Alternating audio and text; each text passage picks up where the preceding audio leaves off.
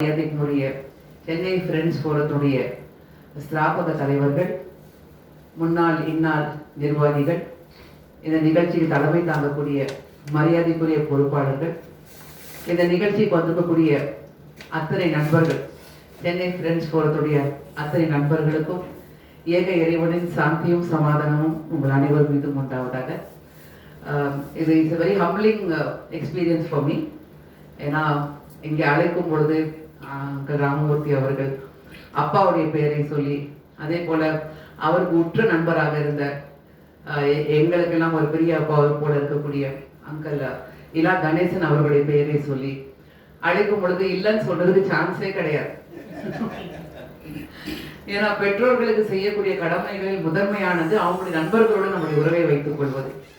அவர்களுடைய உறவுகளோடு மட்டுமல்ல, நண்பர்களோடு உறவை வைத்துக் கொள்வது என்பது நபிகள் நாயகம் போதித்திருக்கக்கூடிய ஒன்று. அப்ப அப்பாவுடைய பேரை சொன்ன உடனே நான் மறுக்கிறதுக்கு இல்லை. அதுக்கு பிறகுதான் சொன்னாங்க, எல்லாம் lawyers, auditors be very close, be like discussion அப்படின்னாங்க. ஐயோ, எல்லாம் லாயர்ஸ்க்கு எதிரில் போய் பெரிய பெரிய ஸ்காலர்ஸ்க்கு எதிரில் போய் நான் என்ன பேச போறேன் அப்படின்ற ஒரு பயம் இருந்தாலும், நம்ம போய் அங்க என்ன சிங்கம் புலிக்கிறதுலையா பேச போறோம்? We are here to talk, to discuss. We agree to disagree, but we are always here as one. We are always here as the children of God, as one family of human beings. அதனால வேற்றுமை ஒற்றுமை காண்பதுதான் நம்ம தாய்நாடு India. So unity in diversity is the essence of India, as very beautifully he put it. உலகத்துல எங்க அப்பா இருக்கும் பொழுதே சொல்லுவாரு, இந்தோனேஷியா, பாகிஸ்தான், பங்களாதேஷ்லாம் சொல்றாங்க, அதெல்லாம் கிடையாது, இந்தியாவில தான் அதிகமான நம்ம ஆளுங்க வந்துட்டு இருக்காங்க அப்படின்வாங்க. அதே போல இந்த நாட்டுல இருக்கக்கூடிய மக்களிடம் இருக்கக்கூடிய அன்பு, பரஸ்பரம், ஒற்றுமை உலகத்துல எங்கேயுமே கிடைக்காது. ஒரு புர்கா போட்ட தமிழச்சியா நின்று நான் உங்ககிட்ட பேசலாம், இதுல ஐ ஹேவ் நோ இன்ஹிபிஷன்ஸ். அதே போல a nun can be a Christian, nun can be as equally accepted as a burqa clad lady or a madisar mami. It makes no difference to us. So அந்த ஒரு தைரியம் இந்த தாய்நாடு நமக்கு வழங்கியிருக்கு. அப்ப இந்த தாய்நாடு நல்லபடியா இருக்கணும்ன்றது நம்முடைய தேசப்பட்டத்தினுடைய ஒரு அஸ்திவாரம். அது நான் மட்டும் நல்லா இருந்தா பார்த்தாது, இந்த நாட்டில் வாழக்கூடிய அத்தனை பேர் நல்லா இருக்கணும். இப்போ coming to the topic, first and foremost என்னுடைய மனமார்ந்த வாழ்த்துக்களை சென்னை ஃப்ரெண்ட்ஸ் போறதுக்கு நான் கொடுக்குறேன்.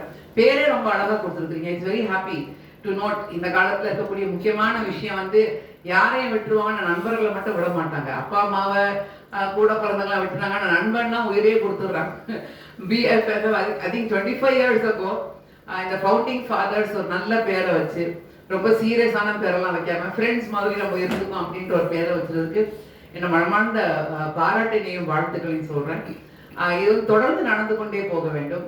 வாரம் இருந்துச்சு. அப்படி அந்த புக்கை படிக்கும் பொழுது கணேசன் அங்கிள் அவங்க எழுதியிருக்காங்க, வாரம் சேர்ந்து பேசுறது பெரிய விஷயம்ட்டு. இப்ப மாதம் சேர்றீங்க அப்படின்னீங்க. அது அதுக்கு பிறகு வருஷம் ஆகக்கூடாது. It should go back to again வாரத்துக்கு போகணும்.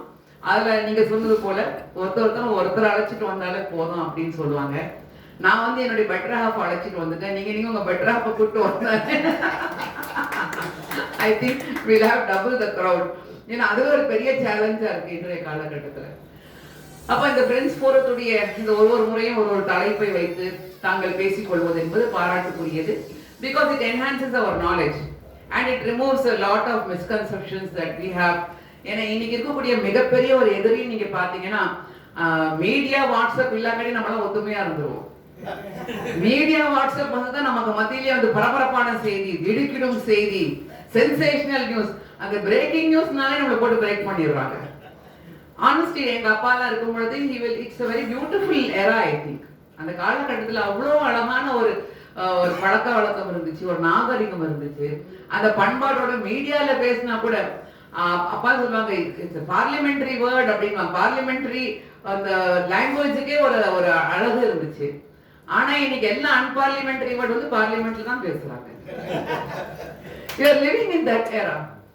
அது ரொம்ப பெருமையா இருக்கக்கூடிய தலைமுறை எப்படி சொல்றாங்கன்னா, நான் சண்டை போட்டதான் நான் வீரன் காட்ட முடியும், நான் கோவப்பட்டதான் நான் தான் பெரியவன் காட்ட முடியும். அப்ப நீயா நானான்ற போட்டியே இன்னைக்கு ஆளை வச்சு காட்டுறாங்க, நீயா நானா போட்டி. We have stooped to that level. The age, that era where we could sit down and we talk totally opposite philosophies, total opposite விஷயங்களை வந்து அன்பா சிரிச்சுக்கிட்டு அப்படியே வந்து ஒருத்தருக்கு ஒருத்தர் வந்து மனசுக்கு கஷ்டம் கொடுக்காம பேசிக்கிட்டோம். ஆனா இன்னைக்கு வரும் பொழுது நான் பேசினா அவனோட மனதை நோகடிச்சு தான் நான் பேசணும். நான் பேசினா அவனை கீழே தரமட்டமா ஆக்கி அவனை வந்து படு மோசமான நிலைமையில காட்டி பேசினா நான் பெரியவன் ஆக முடியும் அப்படின்ற ஒரு காலகட்டத்தில் வாழ்றோம். அப்படிப்பட்ட ஒரு காலகட்டத்தில் இந்த சென்னை ஃப்ரெண்ட்ஸ் ஃபோரம் இப்படிப்பட்ட நிகழ்ச்சிகள் நடத்துவதற்கு என் மனமார்ந்த நன்றியை கூறி, எந்த நோக்கத்துக்காக நம்ம எல்லாம் சேர்ந்திருக்கோமோ அதுக்கு இறைவன் மிகப்பெரியவன். சரியான விஷயங்களை சரியான புரிதலோடு நாம் இங்கே வந்திருக்கக்கூடிய அந்த நோக்கத்தை அடையக்கூடிய பாக்கியத்தை நமக்கு வழங்குவானாக என்ற பிரார்த்தனையோடு ஒரு நல்ல ஒரு டாபிக். வக்ஃப்னு சொன்னாலே பல பேருக்கு வக்ஃப்னாலே பல பேருக்கு சொல்லும் பொழுது நாட் டெல்லிங் யூ, நான் என்ன தொடர்ந்து இந்த இது வந்ததுலேருந்து ஐம் கோயிங் டு காலத்தை நாங்கள் ஹைதராபாத்ல இருந்து திரும்பணும். we are traveling to all the nook and cranny. அப்போ போகும் பொழுது மற்றவர்களிடம் கேட்பதை விட நம்ம முஸ்லிம் சமுதாயத்திடம் கேட்கும் பொழுது வக்ஃப்னா என்ன, வக்ஃப்னா வக்ஃப் போர்டுங்க அப்படின்னு தான் சொல்றோம். வக்ஃப்னா வக்ஃப் போர்டு, வக்ஃப் போர்டு அதெல்லாம் வந்து ரொம்ப மோசமா இருக்கான், ஏன்னா கரப்ஷன்ல இருக்கான், அதனால வந்து இது சட்டம் வந்திருக்கு. நம்ம ஆளுங்களுக்கே வந்து வக்ஃப்னா என்னன்னு தெரியல, வக்ஃப் ஆக்ட்னா என்னன்னு தெரியல, வக்ஃப் போர்டுனா என்னன்னு தெரியல. So I would like to start off with simple small introduction. வக்ஃப்னா என்ன அப்படின்னு நீங்க பாத்தீங்கன்னா, like how they say restricted land. இப்போ ஆர்மி லேண்ட் இருக்கு, ரயில்வேஸ் லேண்ட் இருக்கு, அரசாங்கத்தோட நிலம் இருக்கு. எப்படி அது வந்து தடை செய்யப்பட்ட இடம், பொதுவாக பொதுமக்களுக்கான இடம் இல்லை என்று சொல்லக்கூடிய ஒரு சாராம்சம் தான் வக்ஃப். இந்த வக்ஃப்னு இந்த வார்த்தையை நீங்க குரான்ல எங்க தேடினாலும் உங்களுக்கு கிடைக்காது. முஸ்லிம்கள் வந்து அவர்களுடைய அஸ்திவார வாழ்க்கையினுடைய வழிகாட்டியாக எடுத்துக்கொள்ளக்கூடியது ஒரே புத்தகம் தான், அது திருமறை திருக்குரான். அதுலயும் வந்து நான் ரொம்ப ஹம்பிள் டு சே, அப்பா அப்துல் சமதை பத்தி சொன்னீங்க. அவங்க அப்பா ஒரு freedom fighter Abdul Hameed Baqavi.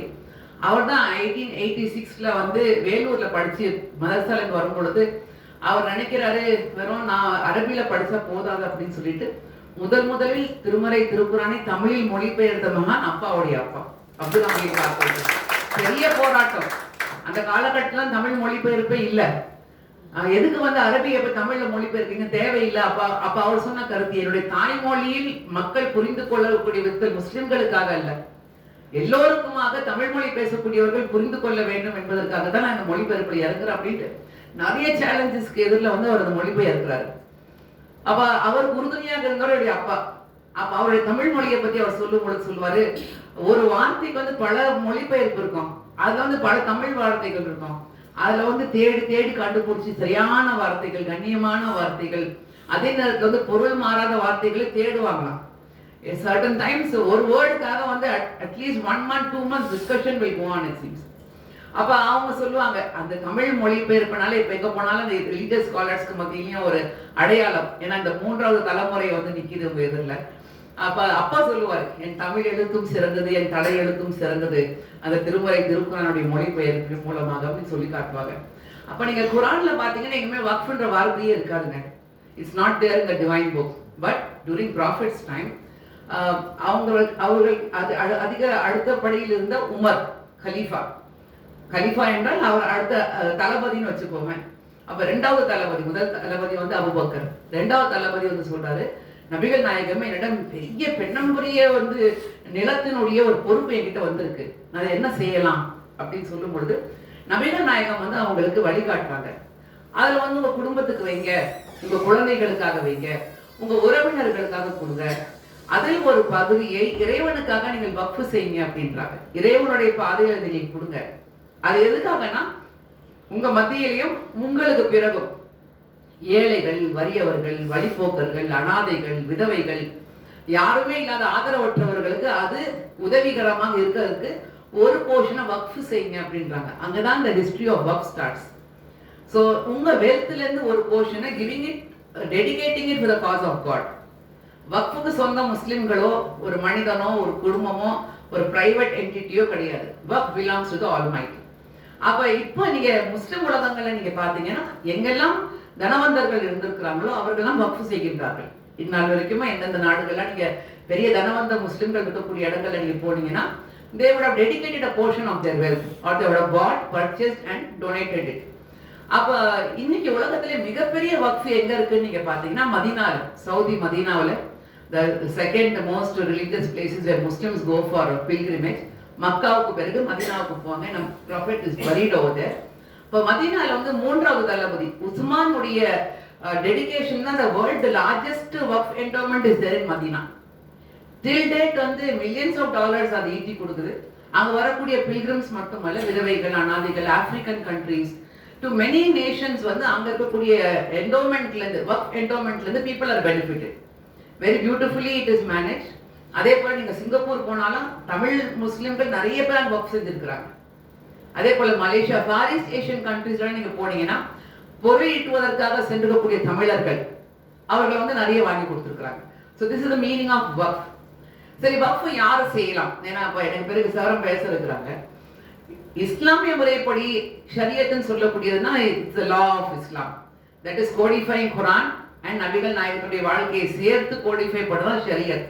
It's not a man made law, it's a divine law in the Quran and what prophet live. அப்ப ஷரியத் முறைப்படி பார்த்தீங்கன்னா யாரு வேணாலும் வக்ஃப் பண்ணலாம். இட்ஸ் நாட் தட் முஸ்லிம்கள் மட்டும்தான் வக்ஃப் செய்யணும்னு கிடையாது. இப்ப இங்கே போனீங்கன்னா பார்த்தசாரதி கோவில் எல்லாம் நவாபு தோட்டம், நவாபு குளம் இருக்கு, திருச்சியில இருக்கு. அதே போல நீங்க சிதம்பரனார் கோவிலுக்கு நீங்க போனீங்கன்னா அங்க நடராஜர் சிலையினுடைய ஜுவல்லரி வந்து part of it was donated by Tipu Sultan. Like we have had the give and take. Not only the Muslims, Christians எல்லாரும் வந்து ஒருத்தருக்கு ஒருத்தர் நம்ம வந்து கொடுத்துருக்கோம், வாங்கியிருக்கோம். அதுவும் அந்த காலகட்டத்துல இருந்து இருந்திருக்கு. many of it have been we have lived with integrity. அதெல்லாம் பெருசா சொல்லியெல்லாம் காட்டல. அந்த காலகட்டத்துல வந்து டெம்பிள் திருவிழாக்களுக்கு வந்து சாப்பாடு வழங்கியிருக்கிறாங்க. நபிகள் நாயகத்துடைய மீலாது விழாக்களுக்கு பல இந்துக்கள் வந்து சாப்பாடு கொடுத்துருக்காங்க. So this has been there. அப்ப இந்த வக்ஃபை வந்து அதுக்கு பிறகு எப்படி கோடிஃபை பண்றாங்கன்னா Muslims giving it for the cause of Muslims, manage by the Muslims. இது வந்து இன்டர்நேஷனல் வக்ஃப் லா. இப்போ இந்தியாவுக்கு வருவோம். இந்தியாவில் வந்து வக்ஃபினுடைய இது எப்போ ஆரம்பிச்சது அப்படின்னு கல்ச்சர் பார்க்கணும்னா இந்த சுல்தானத் பீரியட்ல சுல்தான் முயிசுத்தீன் அப்படிங்கிறவர் தான் வந்து வக்ஃபை வந்து இந்தியாவில் கொண்டு வராங்கன்ட்டு ஒரு எழுதுறாங்க, ஒரு ஆய்வாளர் எழுதுறாங்க. that he was the one who started dedicated 2 villages for the cause of poor Muslims. அப்ப அங்கிருந்து ஆரம்பிச்சு அது பிறகு முகலாய மன்னருடைய காலகட்டம், அது பிறகு ஆங்கிலேயர்களுடைய காலகட்டம், அவர் கண்ட்ரி குரூப். இப்ப இந்தியா விடுதலை பெற்ற பிறகு 1956ல they are bringing the Waqf Act. It went through various amendments over the period of time. Waqf Act வந்து ஒரு Waqf Actனா அது சட்டம், அந்த வக்ஃப் எப்படி நிர்வகிக்கப்படணும், அந்த வக்ஃப் வந்து யாரெல்லாம் வந்து பொறுப்பாளர்களா இருக்கணும். அப்ப அது பொறுப்பாளர்களின் பொழுது வக்ஃப் கொடுக்கக்கூடியவர் வாக்கிஃப்னு சொல்லுவாங்க. அரபி மொழியில one who was given the waqf is known as வாக்கிஃப். அவரே வந்து அதை மேனேஜும் பண்ணலாம் அல்லது அங்க ஒரு கமிட்டியை ஃபார்ம் பண்ணலாம். It can be a public waqf or it can be a private waqf. So அந்த டெசிஷன் மேக்கிங் வந்து யாரை டெடிகேட் பண்றாங்களோ அவங்க பண்ணலாம். அப்ப முத்தவலி யாருன்னு நீங்க பாத்தீங்கன்னா the one who heads the management of that waqf. So first point, இது தனிநபருடைய சொத்து கிடையாது, இது அரசாங்கத்துடைய சொத்து கிடையாது, பொதுவா யாரும் போய் கிளைம் பண்ண முடியாது. நம்முடைய முன்னோர்கள் இந்த ஏழைகளுக்காக என்று வழங்கப்பட்டதுதான் வக்ஃப். அதை கவர்ன் பண்றது இந்தியா விடுதலை பெற்ற பிறகு வக்ஃப் ஆக்ட் 1956க்கு பிறகு மேஜர் அமெண்ட்மெண்ட் நம்ம பார்த்தோம்னா 1995ல நடந்துச்சு. ஸோ 1995ல நடந்த அமெண்ட்மெண்ட்டுக்கு பிறகு சச்சார் கமிட்டி வந்து ஒரு அதை எழுதுறாரு, அவருடைய ரிப்போர்ட்ல அவர் எழுதுறாரு. ஜாயிண்ட் பார்லிமெண்டரி கமிட்டி ஃபார்ம் பண்ணி ஒரு 10 வருஷம் வந்து researching the length and breadth of India. என்னெல்லாம் வந்து வக்ஃப்ல நடக்குதா வந்து எப்படி டெவலப் பண்ணலாம், எப்படி இம்ப்ரூவ் பண்ணலாம் அப்படின்ட்டு ஒரு 10 years they are traveling to various states and they are compiling all the information. அப்ப 1996 to 2006 public opinion was sought. NGOs, Waqf board, பல்வேறு மாநிலங்கள், அதே போல வந்து சென்ட்ரல் வக்ஃப் ட்ரிபுனல், இவங்க எல்லாரையும் கன்சல்ட் பண்ணிட்டு சப்ஜெக்ட் எக்ஸ்பர்ட்ஸ் கம்பைல் பண்ணி இருக்கக்கூடிய அந்த 10 வருஷத்துடைய ஆய்வுகள் எல்லாத்தையும் சேர்த்து ஜஸ்டிஸ் ராஜேந்திர சச்சார் இஸ் இந்த சச்சார் ரிப்போர்ட் ஒரு செப்பரேட் டாபிக் வந்து about Waqf he rights. It is still guarded there in the parliament for people to see and it is all been submitted to the parliament for discussion. அதுல நீங்க பாத்தீங்கன்னா I have the records. அதுல வந்து ஒரு சச்சார் சொல்றாரு, இந்த வக்ஃப் வந்து இந்தியாவில் மிகப்பெரிய நிலப்பரப்புக்கு சொந்தக்காரர்கள். ராணுவம் எப்படி ஐயா அவர்கள் சொன்னார்களோ, ராணுவத்துக்கும் ரயில்வேக்கும் அடுத்து மிகப்பெரிய பரப்பளவு அவங்க கிட்ட இருக்கு. அதுல அவங்க வந்து எழுதுறாரு, ஒரு ஆய்வாளர் எழுதுறாரு, nearly they have around tuned to around 12,000 crore rupees of income they can earn with the vast land that they have. 12,000 கோடி ரூபாய் வருமானம் அவர்கள் பெறலாம். ஆனா உண்மையில வந்து சச்சார் எழுதுறாரு, 12,000 கோடி ரூபாய் வருமானத்துக்கு பெறக்கூடிய நிலத்துக்கு சொந்தக்காரர்கள் எவ்வளவு வருமானம் ஈட்டுறாங்கன்னா 163 கோடி தான் வருமானம் ஈட்டுறாங்க. Imagine 12,000 crore of what the revenue had to come, they are getting only 163 crores. What is the reason? அப்ப அவங்க அந்த 10 வருஷத்துடைய ஆய்வை வச்சு he is tabling the report. என்ன ரிப்போர்ட் அவங்க டேபிள் பண்றாங்கன்னா, waqfs are being not effectively managed. Number 1. ரெண்டாவது, இவ்வளவு நிலப்பரப்பு வந்து மேனேஜ் பண்ணக்கூடியவர்கள் வந்து are not qualified to manage it. Many places they are not having the qualification. Neither do they have the stature of managing it. பல இடத்துல வந்து இப்ப சொன்னாங்க பாருங்க, பாலிடிக்ஸ் நமக்கு பேசுறது வந்து people's issue. another thing is a political issue. நான் இங்க பாலிடிக்ஸ் பேசக்கூடாது, I don't want to speak politics. But the reality, the dark reality is many places the political interventions அப்ப encroached, alienated, sold, not claimed, no boundary, பாதுகாக்கப்படாமல் இருக்கக்கூடிய காரணத்தினால, அதே போல வந்து பல entanglement due to various formalities, government formalities, registration formalities, building formalities, hurdlesனால, அதே நேரத்தில் இவர்கள் அந்த அளவுக்கு தங்களை மேன்மைப்படுத்திக் கொள்ளாத காரணத்தினால, குவாலிஃபிகேஷன் இல்லாத காரணத்தினால, எஜுகேஷன் இல்லாத காரணத்தினால, it has all been left there going waste. அப்ப ஜஸ்டிஸ் ராஜேந்திர சச்சார் வந்து அவருடைய ரிப்போர்ட்ல வந்து ஒரு கோரிக்கை வைக்கிறார். எப்படி இங்க தென் மாநிலங்கள்ல, கேரளாவுல, கர்நாடகாவுல, ஆந்திரால, தமிழ்நாட்டுல ஹிந்து ரிலீஜியஸ் அண்ட் சேரிட்டபிள் என்டோமென்ட்க்கு they have special officers. அதுக்காக வந்து they have trained officers and who are holding very good knowledge about their temples. அது மாதிரி வக்ஃபுக்கு கொண்டு வாங்க அப்படின்றது. அப்ப அந்த டைம்ல வந்து ஒரு ஒப்பீனியன் வருது, why do you want to communalize the administrative services அப்படின்ட்டு ஒரு ஒப்பீனியன் வருது. அப்ப கூட அவர் வந்து வாதாடுறாரு, இது வந்து கம்யூனலைஸ் பண்றதுக்காக கிடையாது, அவங்க ரிலிஜனை பத்தி அவங்க தெரிஞ்சவங்க வந்து அட்மினிஸ்ட்ரேட் பண்றது தானே வக்ஃப் ஆக்ட்லயே இருக்கு. According to the Waqf Act, Muslims have to be appointed by the government. அப்ப அந்த இந்தியன் வக்ஃப் சர்வீஸ்னு சொல்லக்கூடிய பரிந்துரை வந்து சச்சார் ரிப்போர்ட்ல இருந்து எடுக்கப்படுது. They don't accept it being tabled. So he gives various other suggestion for it, recommendations, various other recommendation கொடுக்கறாங்க.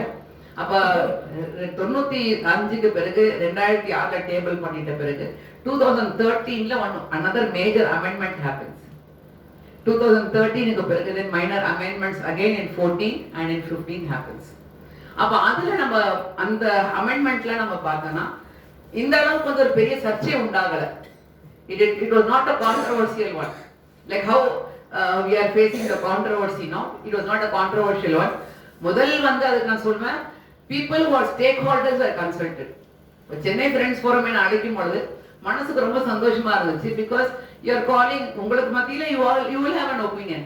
சரி, இவங்களோட opinion என்னன்னு கேட்கறதுக்காக தானே நான் அழைச்சிருக்கிறீங்க. அதர் சைட் ஆஃப் த காயினும் பார்க்கணும் அப்படின்னு அழைச்சிருக்கேன். we may agree, we may disagree, நம்ம ஒத்துக்காம போகலாம், நீங்க ஏத்துக்கொள்ளாம போகலாம், ஆனா என்ன கேக்குறீங்களே. I really salute and salam the Chennai Friends Forum for this wonderful initiative. இந்த மாதிரி நிறைய டயலாக்ஸ் நமக்கு மத்தியில நடந்துச்சுன்னா, சொன்னாங்க வெறுப்பரசியலுக்கு காரணமே வந்து நான் எனக்கு உள்ளதான் நான் இருப்பேன், அந்த குண்டு சுட்டுக்குள்ள குதிரை ஓட்டுவோம் அப்படின்னு சொன்னாங்கல்ல. only within me I will get a voice. அந்த intolerance I cannot tolerate. நீங்க என்னோட நேர எதிர்மறை கருத்தை நான் சொல்றது கேட்கறதுக்கு என்கிட்ட பொறுமையே இல்ல அப்படின்னு நிலைமைக்கு நீங்க தள்ளப்பட்டிருக்கோம். அதை தாண்டி உங்களை போன்றவர்கள், the wise men, the great men of our society are still there to show to the world இப்படிப்பட்ட டயலாக்ஸ் நடக்கலாம் அப்படின்னு நீங்க காட்டுறீங்க. அப்ப சரி, இப்ப அந்த அமெண்ட்மென்ட்டின் பொழுதெல்லாம் வந்து பெரிய சர்ச்சை ஆகல. 10 வருஷம் ஆய்வு நடக்குது, 10 வருஷம் வந்து ஸ்டேக் ஹோல்டர்ஸ் கிட்ட வந்து ஒப்பீனியன் வாங்குறாங்க. அதுக்கு பிறகு சச்சார் வந்து ஒரு ரிப்போர்ட் கொடுக்கறாரு. Again they take the time, it's exposed to debates, it's exposed to deliberation, it's exposed to public opinion, and then amendments are brought.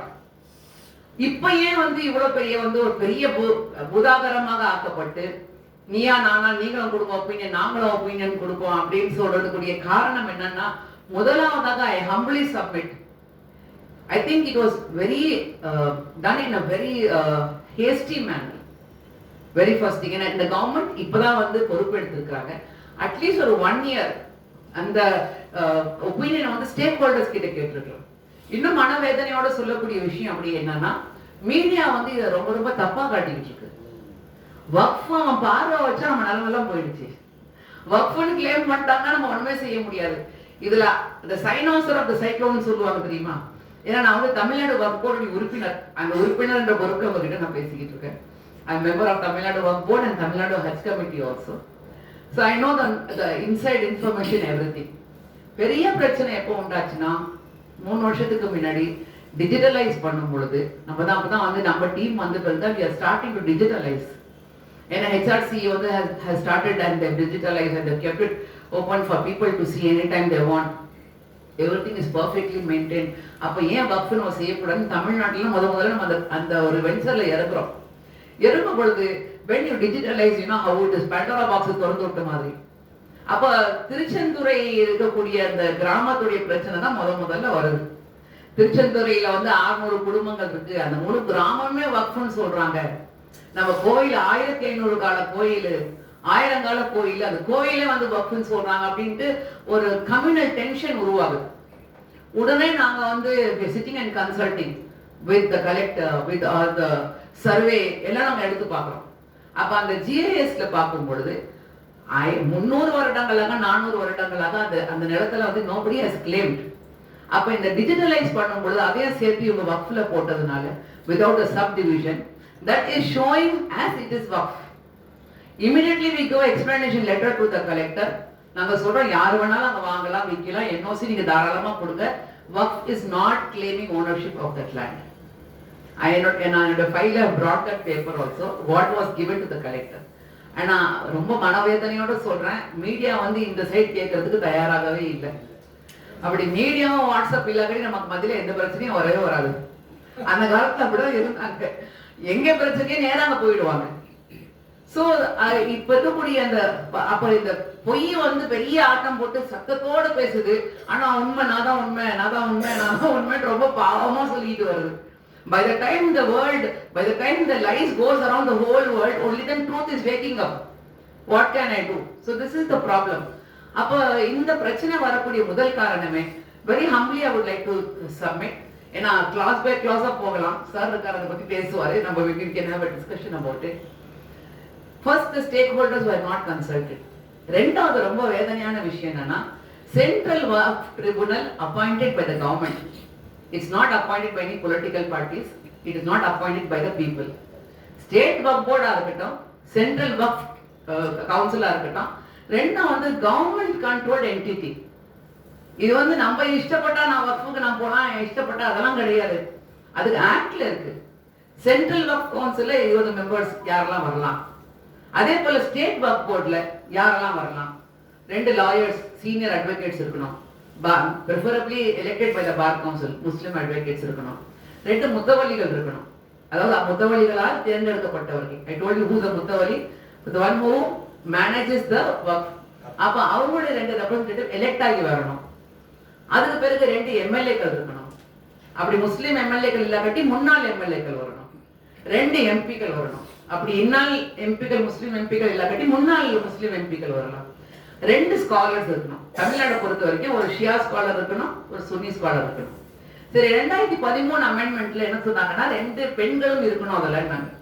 அப்ப நீங்க பாத்தீங்கன்னா கடந்த 10 வருடங்களாக தமிழ்நாடு வக்ஃப் வாரியத்துல பெண் உறுப்பினர்கள் இருந்திருக்கிறாங்க. நான் வந்து சுன்னத் ஜமாத்துடைய சுன்னி இஸ்லாமிக் ஸ்காலர் கேட்டகரியில் I was appointed. And there is Asia Mariam IAS officer who is the representative of the government. இந்த மெம்பர்ஸ் எல்லாருக்கும் மத்தியில வந்து ஒரு சேர்மனை தேர்ந்தெடுப்போம். இதெல்லாம் ஆக்ட்ல வந்து கோடிஃபைட். அண்ட் எங்க இஷ்டப்பட்டா நாங்க வந்து கூட்டம் நடத்த அப்படிலாம் கிடையாது. எங்களுக்கு மேல வந்து ஒரு CEO இருப்பார், appointed by the government. A CEO is the one who governs our board. அப்ப அவர் தான் கூட்டத்தை கூட்டுவாரு. நாங்க எடுக்கக்கூடிய தீர்மானங்கள் அங்க என்ன வரும் அப்படின்னு பாத்தீங்கன்னா, கமிட்டி அப்பாயின்மெண்ட் வரும். இல்ல வந்து ரெண்டு பேருக்கு முதல்ல ஆர்பிட்ரேட் பண்ணணும், மீடியேஷன் பண்ணணும், என்கொயரி பண்ணணும். So all this lies with state Waqf board. இப்போ இதுல வந்து லிமிடேஷன் ஆக்ட்னா you all learned people you know about it. Limitation act does not apply on the Waqf. ஏன்னா 1000, 500, 400 ஆண்டுகளுக்கு முன்னால் கொடுத்த நிலங்கள் இப்பதான் ரெக்கார்டுக்கு வருது. So we can go and claim that this land belongs to us, and maybe if it is proved, we can say it's waqf. இல்லனா நம்ம எடுக்க முடியாது. சரி, அந்த ப்ரூஃப் எப்படி பண்ணணும்? நாங்க முறைப்படி போய் அதுக்காக வாதாடணும். அதுக்கு வந்து வக்ஃப் ட்ரிபியூனல் இருக்கு. அங்கேயே திருப்திகரமா ஆகலன்னா ஹைகோர்ட் இருக்கு. ஹைகோர்ட்டுக்கு மேல சுப்ரீம் கோர்ட் இருக்கு. All this only controls the state waqf board as well as central waqf council. இஷ்டப்பட்டா நாங்க நடத்துறதெல்லாம் முடியவே முடியாது, இஷ்டப்பட்டு நாங்க கிளைம் பண்ணாலும் முடியாது. ஸோ இது வந்து இஸ் பீன் கோடிஃபைட். இப்போ எங்களுக்கு வருதுன்னா 2 வருஷமா சென்ட்ரல் வக்ஃப் கவுன்சிலே இல்லை. 20 members who have to be there in the central waqf council who are in charge of running the waqf board have not been appointed. So central waqf council இல்ல. அப்ப அவங்க ஒரு stack holder கிட்ட எந்த விதமான opinion வாங்கல. ஒரு amendment நீங்க கொண்டு வரும்போது முதல்ல நீங்க கேட்க வேண்டியது உங்களுடைய அப்பாயிண்ட் பண்ண சென்ட்ரல் வக்ஃப் கவுன்சில். அந்த கவுன்சிலே இன்னும் கூட்டப்படல. சரி, எத்தனை மாநிலங்களுடைய ஸ்டேட் வக்ஃப் போர்டு கிட்ட ஒப்பீனியன் கேட்டீங்க? நாங்க வந்து இப்படிப்பட்ட ஒரு அமெண்ட்மெண்ட் கொண்டு வர போறோம், அதுவும் கேட்கப்படல. சரி, எப்படிப்பட்ட அமெண்ட்மெண்ட்கள் கொண்டு வந்திருக்காங்கன்னு நீங்க பாத்தீங்கன்னா, as per the Constitution of India, there is a right, fundamental right, religious minorities வந்து காப்பாற்றப்படணும். அவங்களுடைய உரிமைகளை வந்து நீங்க தலையிடக்கூடாது. அது யாராக இருக்கட்டும், முஸ்லிம்கள் மட்டுமல்ல, ஒரு மைனாரிட்டிஸ் இருக்கிறாங்க, ஈவன் த மெஜாரிட்டி. இப்போ ஹெச்ஆர்சினா it should be governed by Hindus only. இல்ல இல்ல நான் வந்து டெமோக்ராட்டிக் கண்ட்ரி, நாங்க வந்து யார் வேணாலும் போடும் அப்படின்னா முடியாது.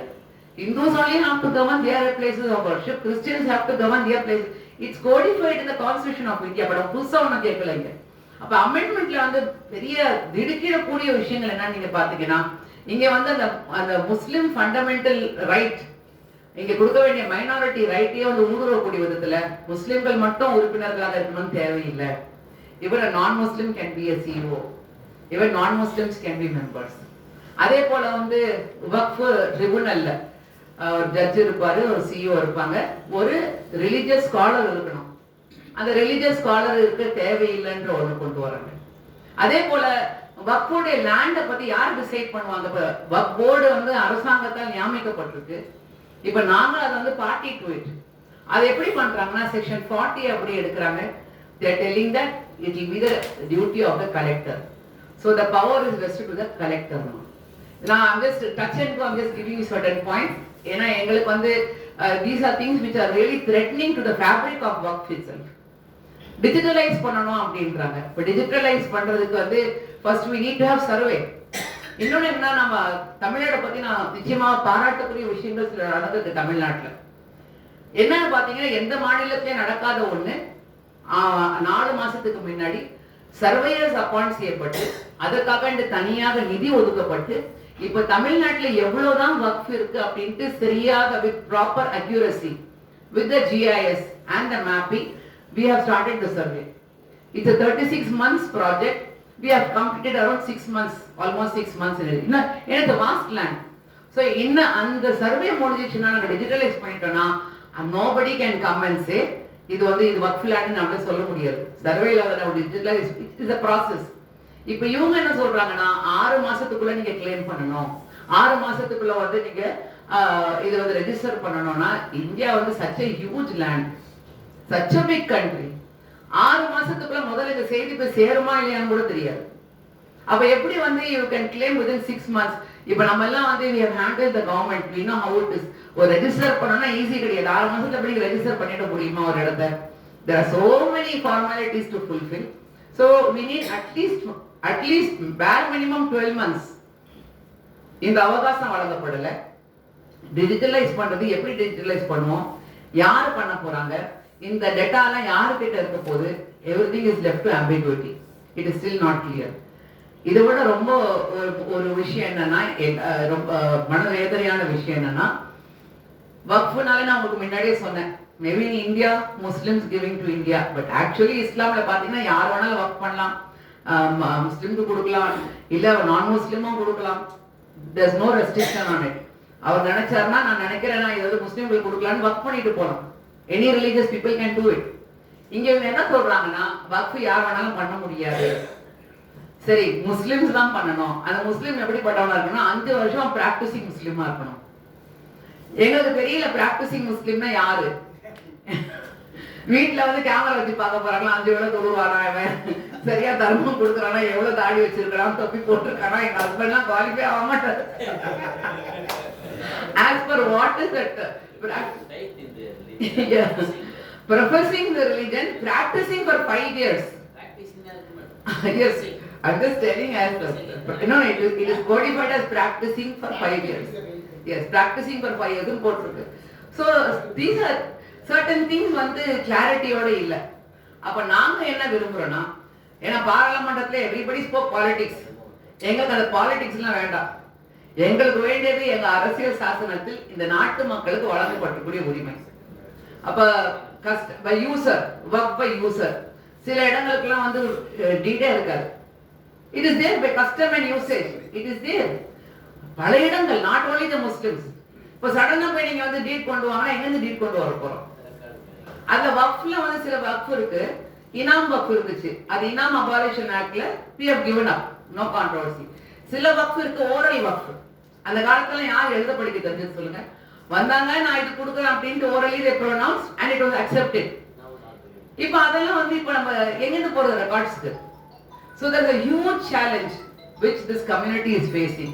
அதனால தான் வந்து we are asking the joint parliamentary committee. இப்போ நான் அந்த பிரிண்ட் அவுட் கூட நான் கையில கொண்டு வந்திருக்கேன். தமிழ்நாடு வக்ஃப் போர்டுல இருந்து already Telangana Waqf board and Karnataka Waqf board they passed a resolution asking the government that this amendment cannot be accepted as it is. It needs to be consulted with the stakeholders, particularly with the state waqf boards. அப்படின்னு அவங்களும் தீர்மானம் போட்டிருக்காங்க. நாங்க தமிழ்நாடு வக்ஃப் போர்ட்ல இருந்து joint parliamentary கமிட்டியோட opinion நாங்க வச்சிருக்கோம். எல்லா ஸ்டேட்டையும் நீங்க வந்து டிராவல் பண்ணுங்க. 32 வக்ஃப் வாரியங்கள் இருக்கு. 32 வக்ஃப் வாரியங்கள் கிட்ட முதல்ல என்னுடைய ஒப்பீனியன் நீங்க கேளுங்க. இதை இன்னும் எப்படி செம்மப்படுத்தலாம் அப்படின்றத நீங்க கேளுங்கன்றதை எங்களுடைய பரிந்துரையை நாங்க போட்டு தீர்மானமா அனுப்பியிருக்கிறோம். ஸோ என்ன ஜஸ்ட் இதுதான் என்னுடைய the comment. I want to bring it all together. With all good faith, government has the acts, has the control. It has been codified. இதை மீறி எதுவுமே நடக்க முடியாது. Waqf tribunal, high court and supreme court, Waqf தாண்டோடித்தனமா எதையும் செய்ய முடியாது. இது வந்து நீங்க இவ்வளவு பெரிய more than 1 lakh acre of land அப்படின்றாங்க. அதுல கூட ஒரு கிளாரிபிகேஷன் கொடுத்தாங்க. என்ன கிளாரிபிகேஷன் கொடுத்தாங்கன்னா, அந்த GIS சர்வே பண்ணும்போது ஒரு நிலம் இருந்துச்சு முன்னாடி. இப்போ அதை ரெனோவேட் பண்ணும்போது அந்த நிலத்து மேல வந்து ஒரு 4 பில்டிங் வந்திருக்கு. அந்த 4 பில்டிங்ல வந்து ஒரு 3 ஃப்ளோர் கட்டி இருக்கிறாங்க. இப்போ 1 × 4 × 3, அப்போ அது வந்து மல்டிப்ளை ஆகுது. என்னோட வக்ஃப் இவ்வளோ போய் லேண்ட் எல்லாம் இவங்க அப்படிலாம் கிடையாதுங்க. ரியாலிட்டி இஸ் அந்த லேண்டு, அந்த அதுக்கு ஒரு சர்வே நம்பர், அந்த 2 பில்டிங்க்கு ஒரு சர்வே நம்பர், அந்த 2 பில்டிங்ல இருக்கக்கூடிய 4 ஃப்ளோருக்கு ஒரு survey number. So I hope I just conveyed it in whatever possible way that I can. எங்களுடைய ஒரே கோரிக்கை, இந்த நாட்டினுடைய அரசாங்கத்தின் மீது, அவர்கள் தான் நம்மை ஆளக்கூடியவர்கள். என்னதான் நம்ம இந்த பொலிட்டிக்கல் டிவிஷன்ஸ் இருந்தாலும் we respect our government, we trust our government, we believe that they will listen to us. அப்ப நாங்க வந்து அப்பாயின்மெண்ட்டும் கேட்டிருக்கோம். ஜாயிண்ட் பார்லிமெண்டரி கமிட்டி ஹெட்டுடைய அப்பாயின்மெண்ட்டும் கேட்டிருக்கோம். நான் ஆல்ரெடி முஸ்லிம் பர்சனல் லா போர்டுடைய எக்ஸிக்யூட்டிவ் கமிட்டி மெம்பரா இருக்கேன். 25 மெம்பர்ஸ் இருக்கிறாங்க, ஆயிரக்கணக்கான மெம்பர்ஸ் இந்த எல்லாம் ஸ்காலர்ஸ் இருக்காங்க. 25 பேர் தான் எக்ஸிக்யூட்டிவ் கமிட்டி. அதுல வந்து 5 பெண்கள் போட்டிருக்கிறாங்க. அந்த 5 பெண்களை நானும் ஒருத்தி. அப்ப அங்கேயும் வந்து with all your blessings I humble to say this. ஏன்னா இங்கே வக்ஃப் போர்டுடைய மெம்பரும் பர்சனல் லா போர்டு மெம்பர் சேர்ந்து நாங்க பிரதமர் கிட்டே வந்து அப்பாயின்மெண்ட் கேட்டிருக்கோம். எங்களுக்கு வந்து டைம் தாங்க, நாங்க உங்களோட உட்கார்ந்து பேச விரும்புறோம். எங்களுடைய தாழ்மையான கோரிக்கை என்னன்னா, ஜஸ்டிஸ் ராஜேந்திர சிச்சாருடைய ரெக்கமெண்டேஷன் அன்னைக்கு டேபிள் பண்ணாம நீக்கிட்டாங்க. அவருடைய ரொம்ப ஸ்ட்ராங் ரெக்கமெண்டேஷன் என்ன இருந்துச்சுன்னா, இந்தியன் வக்ஃப் சர்வீஸ் கொண்டு வாங்க. இந்த மக்களை வந்து நீங்க உதவி செய்ய விரும்புனீங்கன்னா அவர்களை வந்து நீங்க வந்து செம்மைப்படுத்துங்க. அவர்களுக்கு வேண்டிய என்னன்னா, பல மாநிலங்கள்ல வெட்டனரி ஹாஸ்பிட்டலுடைய டாக்டர் வந்து இங்க வக்ஃபுடைய சேர்மனா இருக்காரு. அவர் வெட்டனரி படித்து ஹாஸ்பிட்டலுடைய டாக்டர். இன்னும் வேதனையோட சொல்றேன், எலிமெண்டரி ஸ்கூல் டீச்சர் வந்து வக்ஃப் போர்டு சேர்மனா இருக்கிறாங்க. அவங்களை நான் குறைவா பேசல, but there not subject experts. CEO போடுறதுக்காக வந்து ஆளே கிடைக்க மாட்டேன்றாங்க. Because they are not studying. Competitive எக்ஸாம்ல எங்க நம்ம மக்கள் வராங்க சொல்லுங்க. அவர் children are not able to study only. அதுக்கு அதுக்கு ரொம்ப இப்ப நான்லாம் வந்து கொடுத்து வச்சிருக்கணும். இப்ப நீங்க ஆடிட்டர் சொன்னீங்க, அப்பாவுடைய மாமா வந்து ஆடிட்டர் உபைதுல்லா, இப்போ ஆடிட்டர் கலீல்லா வந்து எனக்கு பெரிய அப்பா. அம்மாவுடைய அப்பா வந்து லாயர். இப்ப நான் எப்பவுமே நினைக்கிறேன் ஹஸ்பண்ட் சொல்ல மிரட்டுவாரு, இந்த மாதிரி ஒரு பேக்ரவுண்ட் எல்லாருக்கும் கிடைக்குமா? You must come out and talk. God has given you that. அப்ப இந்த மாதிரி ஒரு லெகசி, ஒரு பேக்ரவுண்ட், ஒரு எஜுகேஷன் யாருக்கு எத்தனை லேடிஸ்க்கு கிடைச்சிருக்கு சொல்லுங்க? It's not possible. எத்தனை லேடிஸ்ல எத்தனை மென்னுக்கு கிடைச்சிருக்கு? இப்ப நீங்க I would just want to end it with a very happy and nostalgic memory that I carry. இதெல்லாம் பிரச்சனை வரும் போகும், ஆனா மக்கள் வந்து பிளவுபடக்கூடாது. இங்க நீயா நானா போட்டியெல்லாம் கிடையவே கிடையாது. India does not belong to that creed. India is a federal structure. அதுக்கு வந்து ஒரு கான்ஸ்டிடியூஷன் இருக்கு. இந்த கான்ஸ்டிடியூஷனை பார்த்து பல நாடுகள் நம்ம பார்த்து காப்பி பண்ணிருக்கு. We are very proud to say that we have one of the best constitution in the world. And we are the largest democracy and one of the most applauded democracy. நான் ஒரு 3 நாளைக்கு முன்னாடி வந்து அண்ணா university, அப்ப UNICEF ஒரு program இருந்துச்சு about child rights. அதுவே இந்தியாவிலேயே நான் குறிப்பா நம்ம தமிழர்கள் பத்தி சொல்லணும். ஏன்னா அந்த ஒரு பாரம்பரியத்துக்கு சொந்தக்காரங்க யூனிசெஃப் உடைய தமிழ்நாடு and கேரளா இன்சார்ஜ் அவர் சொன்னாரு, we do not compare Tamil Nadu and Kerala with other states of India, we compare Tamil Nadu and Kerala with other countries of the world அப்படின்னாரு. அந்த அளவுக்கு வந்து பெருமைக்குரியவர்கள் நீங்க. அவர் சொன்ன வார்த்தைகள் நான் அன்னைக்குலேருந்து தொடர்ந்து பேசிக்கிட்டே தான் இருக்கிறேன். What India wants to be tomorrow, Tamil Nadu is today அப்படின்னாரு. We really are very happy, very proud to say. ஏன்னா அப்படிப்பட்ட ஒரு கலாச்சாரத்தை வந்து நம்ம எல்லாரும் இன்வைட் பண்ணிருக்கோம். அப்படிதான் எங்களை வளர்த்தாங்க. அப்பா வந்து இவ்வளவு ஒரு ரிலீஜியஸ் ஸ்காலருடைய மகன். எங்க வீடு வந்து அடையார், ராமூர்த்தி அங்கிள் வந்திருக்கேன்னு சொன்னாங்க. அங்க டிவி அந்தோனி அங்கிளும் அந்த ரோட்ல தான் இருப்பாங்க. இது ஒன்லி முஸ்லிம் ஃபேமிலி. சுற்றிலும் பாத்தீங்கன்னா எல்லாம் பிராமணர்கள் தான். நாங்க வளர்ந்தது வந்து ஒரு பிராமணர், அவங்கள மண்ணி நாங்களும் மண்ணின்னு தான் கூப்பிடுவோம். அத்திமேனா நாங்களும் அத்திமேன் தான் கூப்பிடுவோம். கொரோனால ரொம்ப ஜாலியா எங்களுக்கு. ஏன்னா வீட்டுல இருக்க தேவையில்லை, இருப்ப எங்க எல்லாம் பொம்மைங்க எல்லாம் சேர்த்து அந்த எத்தனை படிகள் எல்லாம் ரெடி பண்றது நானே எங்க அக்கா தான் பண்ணுவோம். சுண்டல் பாதி எங்க வயிற்றுக்கு தான் போவோம், மத்தவங்களுக்கு கொடுக்கறது. அதே போல அந்த காலத்துல எல்லா வீட்லயும் ஃப்ரிட்ஜ் இருக்காது.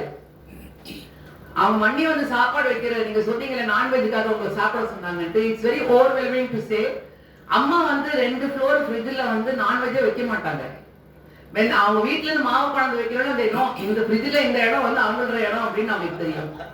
அதெல்லாம் இட் வாஸ் அன்செட். சொல்லி கூட காட்டணும்னு தேவையே இல்லை. அப்படிதான் நம்ம வளர்ந்தோம். Whether it was Pongal, whether it was Deepavali, Christmas. ஒரு கிறிஸ்டியன் ஆண்டி எதிரில் இருந்தாங்க, பைலட் ஃப்ரம் கொச்சின். எந்த விதமான ஒரு நாங்க முஸ்லீம் அவங்க ஹிந்து நாங்க அந்த எண்ணமே எங்களுக்கு இருக்காது. அவங்க மண்ணிக்கு 4 ஆம்பளை பசங்க, ஏன்னா என்னையும் அக்காவோட மகளை வளர்த்தாங்க. ஸோ காலையில எங்களை ஸ்கூலுக்கு ரெடி பண்ணி அனுப்புறதுல இருந்து சம்டைம்ஸ் எங்க வீட்டுல டிஃபன் டேட் ஆச்சுன்னா அங்க டிஃபன் பாக்ஸை கட்டிட்டு ஓடி போயிடுவோம். அதெல்லாம் இன்னைக்கு பசங்களுக்கு இல்லையே. வீட்லயே யாருக்கிட்டையும் பேச முடியலையே. வாட்ஸ்அப்ல அனுப்புறாங்க ஃபுட் ஆன் டேபிள், அங்க இருந்து கே வருது, ஓகே கூட போட மாட்டேங்கிறாங்க. என்னது சொல்றது சொல்லுங்க? ரிமைண்ட் பண்ண வேண்டியதா இருக்கு. ஸ்மைலிய போட்டு ஸ்மைலில சிரிக்கிற ஆனா முகத்துல சிரிப்பே இல்லை.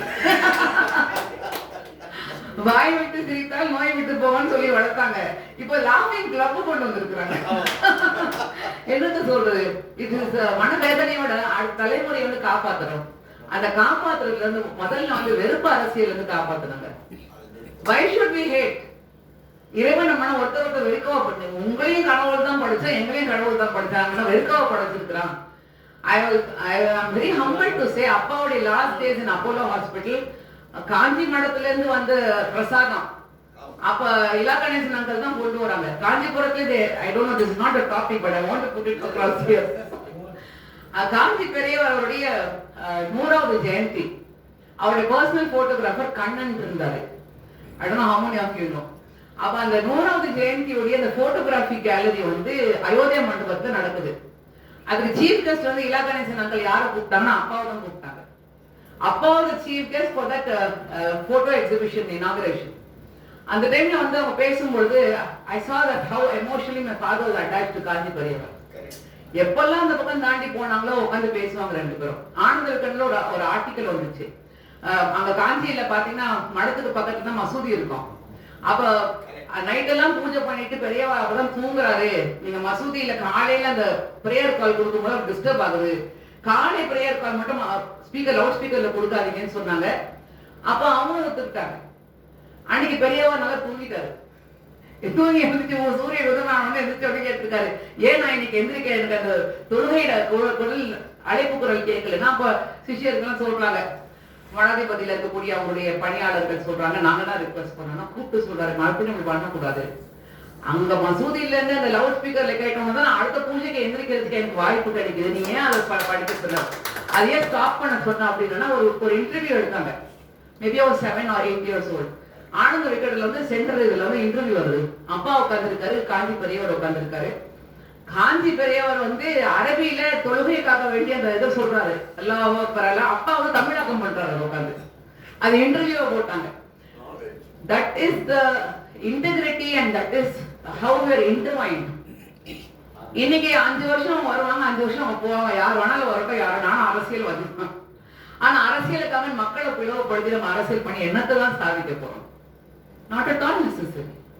நமக்குள்ள வந்து இந்த மாதிரி எல்லாம் ஆக்டுங்க வரும், ஆக்டுங்க போவோம். நம்ம உரிமைகளை வந்து நம்ம வந்து விட்டு கொடுக்காம, அதே நேரத்துல மற்றவர்களுடைய உரிமைகளை பறிக்காம, நம்மளுடைய எல்லையில நம்ம சந்தோஷமா, அவங்க எல்லையில அவங்க சந்தோஷமா, 2 பேரும் ஒன்னா காமன் கிரவுண்ட்ஸ்க்கு வந்துட்டோம்னா definitely there is going to be no problem at all.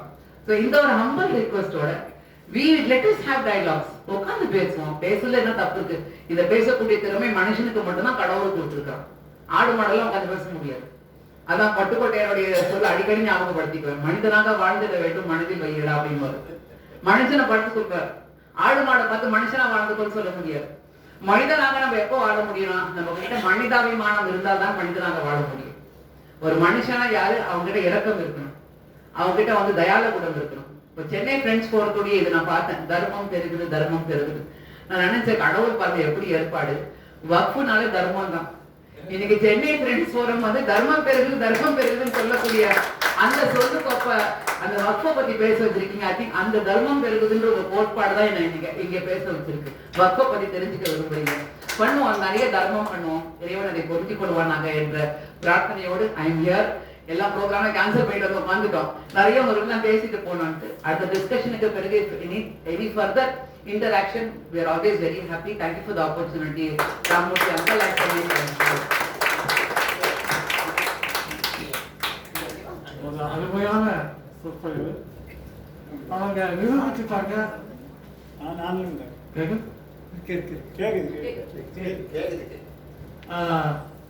வழக்கறிஞர் நிரூபிச்சுட்டாங்க. அரசியல் துறையில இன்றைய தினம் மாநகராட்சியினுடைய கவுன்சிலரா இருக்காங்க. இன்றைய பேச்சை பார்த்தா கூடிய விரைவில் பாராளுமன்ற உறுப்பினராக இருந்தாங்க. அது மட்டும் இல்ல, இந்தியன் யூனியன் முஸ்லீம் லீக் அதனுடைய அகில இந்திய மகிழா தலைவரையா அவங்க பணியாற்றுறாங்க. பல்வேறு துறையில சிறந்திருக்காங்க. சிறந்த வழக்கறிஞர் நம் சென்னையை சார்ந்தவர், அதுவும் திருவல்லிக்கேணியை சார்ந்தவர். தொடர்ந்து அவருடைய ஆதரவு சென்னை ஃப்ரெண்ட்ஸ் வேணும். நம்முடைய இன்றைய விவாதத்தை துவக்கி வைக்க நம்முடைய வழக்கறிஞர் முரளிதரன் அவர்களை வருமாறு கேட்டு. ஒரே ஒரு குறிப்பு, இந்த அம்மையா பேசுற போது என் மனக்கண் முன்னால் அந்த ஒரே ஒரு நிகழ்ச்சியை சொல்ல ஆரம்பிக்கிறேன். இந்தூர்ல 1969 ஆண்டு பாரதிய ஜனசங்கத்தினுடைய ஒரு மகாநாடு வந்தது. Study class, not conference. நான் முழுக்க இருக்கக்கூடிய ஜனசங்க ஒர்க்கர்ஸ் எல்லாரும் 3 நாள் கூடுவாங்க, கேள்வி பதில் இருக்கும், கொள்கை விளக்கமாக. அதில் அடல் பிஹாரி வாஜ்பாய் அவர்கள் ஒன்று சொன்னாங்க. அம்மா அன்னைக்கு சொன்ன உடனே எனக்கு லாபம் ஒன்று கோரிக்கை காமிச்சாங்க. முஸ்லீம், கிறிஸ்டின், இந்துஸ் சொல்றீங்க, they all belongs to Hindus only. There is no separate Muslims, separate Christians in this country. They are forefathers of our brothers.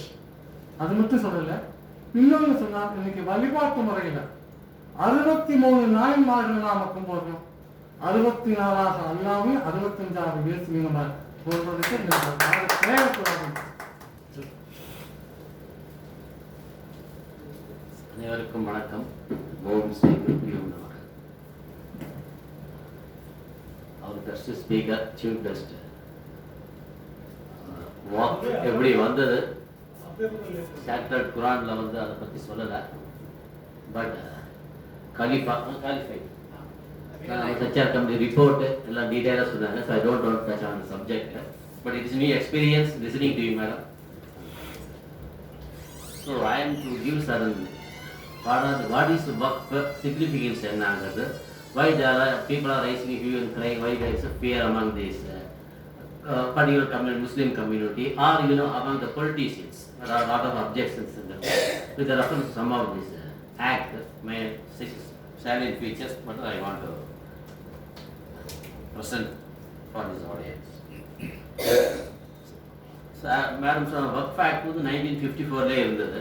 So, Waqf property dedicated in the name of God, it's called Waqf, is the property dedicated in the name of God for religious and charitable purpose. இறைவனுக்காகவும் மக்கள் நலத்திற்காகவும் நாளுக்காகவும் பொது சேவைக்கு தான் called Waqf. So, Waqf Act 1951 இருந்தது என்னன்னா, that is to administer, for smooth administration of these properties given by these people who have faith in the religion. That is the purpose of Waqf. So a lot of amendments have been introduced, made, because lot of difficulties they face. அப்போ வந்தப்போ 1954 அடுத்து 84 amendment பண்ணுற அப்பயும் objection வந்தது. The appointed commissioner வந்தோடனே commissioner you are giving more power. What about the members, ஒர்க் போர்டில் இருக்கிறவங்க they are deprive of the power, you cannot just like that. அப்பயும் வந்து problem. So over period lot of amendment 95 தான் act இருந்தது. இப்போ வந்து 2023 burning topic of the country now. So how work property is given to the in the name of God na, what are the method, eppadi kudukka mudiyum? There must be some document, a declaration, instrument called deed. But orally irundhathu, now the present act is not recognizing it, is not valid in that. There must be some evidence in that. That is called work. Madam சொன்ன மாதிரி 12,000 crores those days, it should have fetched revenue, it should fetch revenue, but only 163 crores only they are getting. It means that is a problem. Lot of amendments, even the present scenario also. These work board are governed by the act, managed by the people. Muttawali is called the manager supervisor. என்ன ஆகுதுன்னா, ஒர்க் போர்டில் வந்து members government கண்ட்ரோலோ government சூப்பர்விஷனோ government இன்ஃப்ளூயன்ஸ்னோ கிடையாது. அப்போ as a human being in the name of God, அப்போ there are lot of situations, even as lawyer we file lot of cases. முத்தவல்லி என்ன பண்ணுவான், இன்டெலிஜென்ஸ் சட்டம் வேண்டிய ஆளுங்களுக்கு ப்ராப்பர்ட்டியை சீப்பாக கொடுத்துருவாங்க. They got the power to transfer by of lease, mortgage, sale எல்லாம் பண்ணலாம். Under the work board power record. If that power they remove it, they cannot do it. Same way, property na called the commission settlement, survey officer which is settlement, they will measure, yes, this is work board, they declare. Now everything is under the control of the collector. It should be registered. Oral work is not recognized. This is a problem that creates fear in the minds of the Muslim community. Enga power na edukkireenga, you are giving government influence வருது, அந்த மாதிரி வரப்ப இந்த பிரச்சனை வரும் sir. So I would like to formation of ஒர்க்குங்கிறது sir. I think hello கேட்குது, உங்களுக்கு கேட்குது இல்லையா சார்? நியூ ஆக்ட் பற்றி மட்டும் நான் சொல்லிடுறேன் என்னன்னு.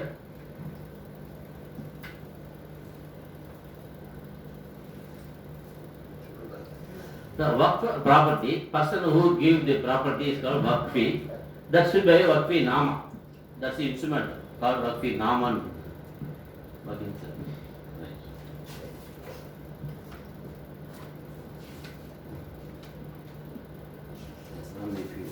So originally this is called Waqf Act 1995, Parent Act.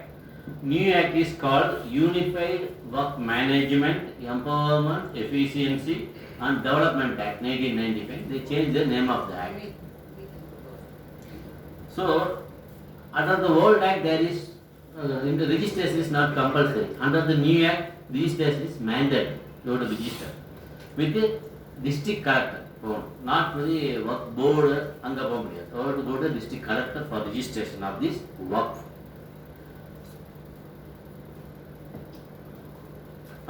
Previously, the problem, no, anybody can say it's my property, formally declare, it's become a work property, work board வந்தது. இப்போ வந்து பேசிக் அப்பயும் இருக்கு. Basically, how can I gift a land or sell it, mortgage, unless I am a owner, I don't have any right to deal with the property. So, person who is giving a work must be a lawful owner. Owner இருந்தால் அது எடுக்கூடாது இந்த act சொல்லுது. அந்த மாதிரி இருக்கு. Previously government land எல்லாமே UTR சொல்லுவாங்க, updated ரிஜிஸ்ட்ரின்னு வரப்ப பட்டா நேம் மாற்றி போயிடுவாங்க. அந்த மாதிரி மேடம் சொன்ன மாதிரி some land is that by mistake the added. It gives a, you know, 100 people of all the 1,500-year-old temple land they are appeared, all this just by simple notification like that. அந்த மாதிரிலாம் இருந்ததுல இது இப்போ வந்து if the government finds out after investigation, enquiry, this land belongs to government means, though it is declared as a work property, now it will be cancelled in the new act. அது updated registry again I want to repeat. UDR பட்டான்னு சொல்லுவான். பட்டா revenue வந்து கேட்பாரு, revenue sir யார் இருந்தா சங்கர் அவர் தான் வாடகை இருப்பார். இது உங்கள் பேர் என்னன்னா முரளிதர் தான் என் பேர் போட்டு போயிடுவாங்க. பட்டா பார்த்தா அப்டேட்டட் ரிஜிஸ்டரில் வரும். இந்த பிரச்சனைலாம் ரெவன்யூ ரெக்கார்ட்ஸ் நிறைய வரும். Same way by mistake or intentionally வாய்ப்பு இல்லை. Some property belongs somebody is given as work, the board or that will be cancelled. If after enquiry the government finds out or detects it is not belonging to the work for now, that is that under the new act, sir. Any problem litigation இப்போ வந்து ஒர்க் board அதுக்கப்புறம் tribunal போகணும். ஒர்க் board no appeal. இப்போ வந்து appeal is allowed. Tribunal is not a final thing, you can go for appeal also. The water recognition was admissible previously, the water is there. இப்போ is not admissible, not recognized. By user வராது. It makes works property in the வக்ஃபி நாமா இருக்கும். As I said, இருந்தாதான் instrument இருந்தாதான் it is valid. வாரல் இதெல்லாம் வராது.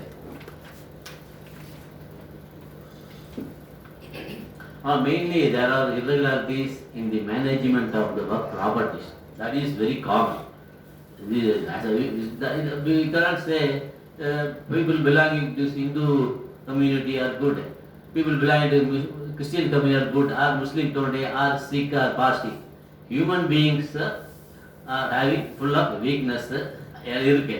Property, vast area of land எல்லாம் வர என்ன பண்றாங்கன்னா practically, the HRNC, if you take HRNC, they give the land property in the market area at a very nominal rent.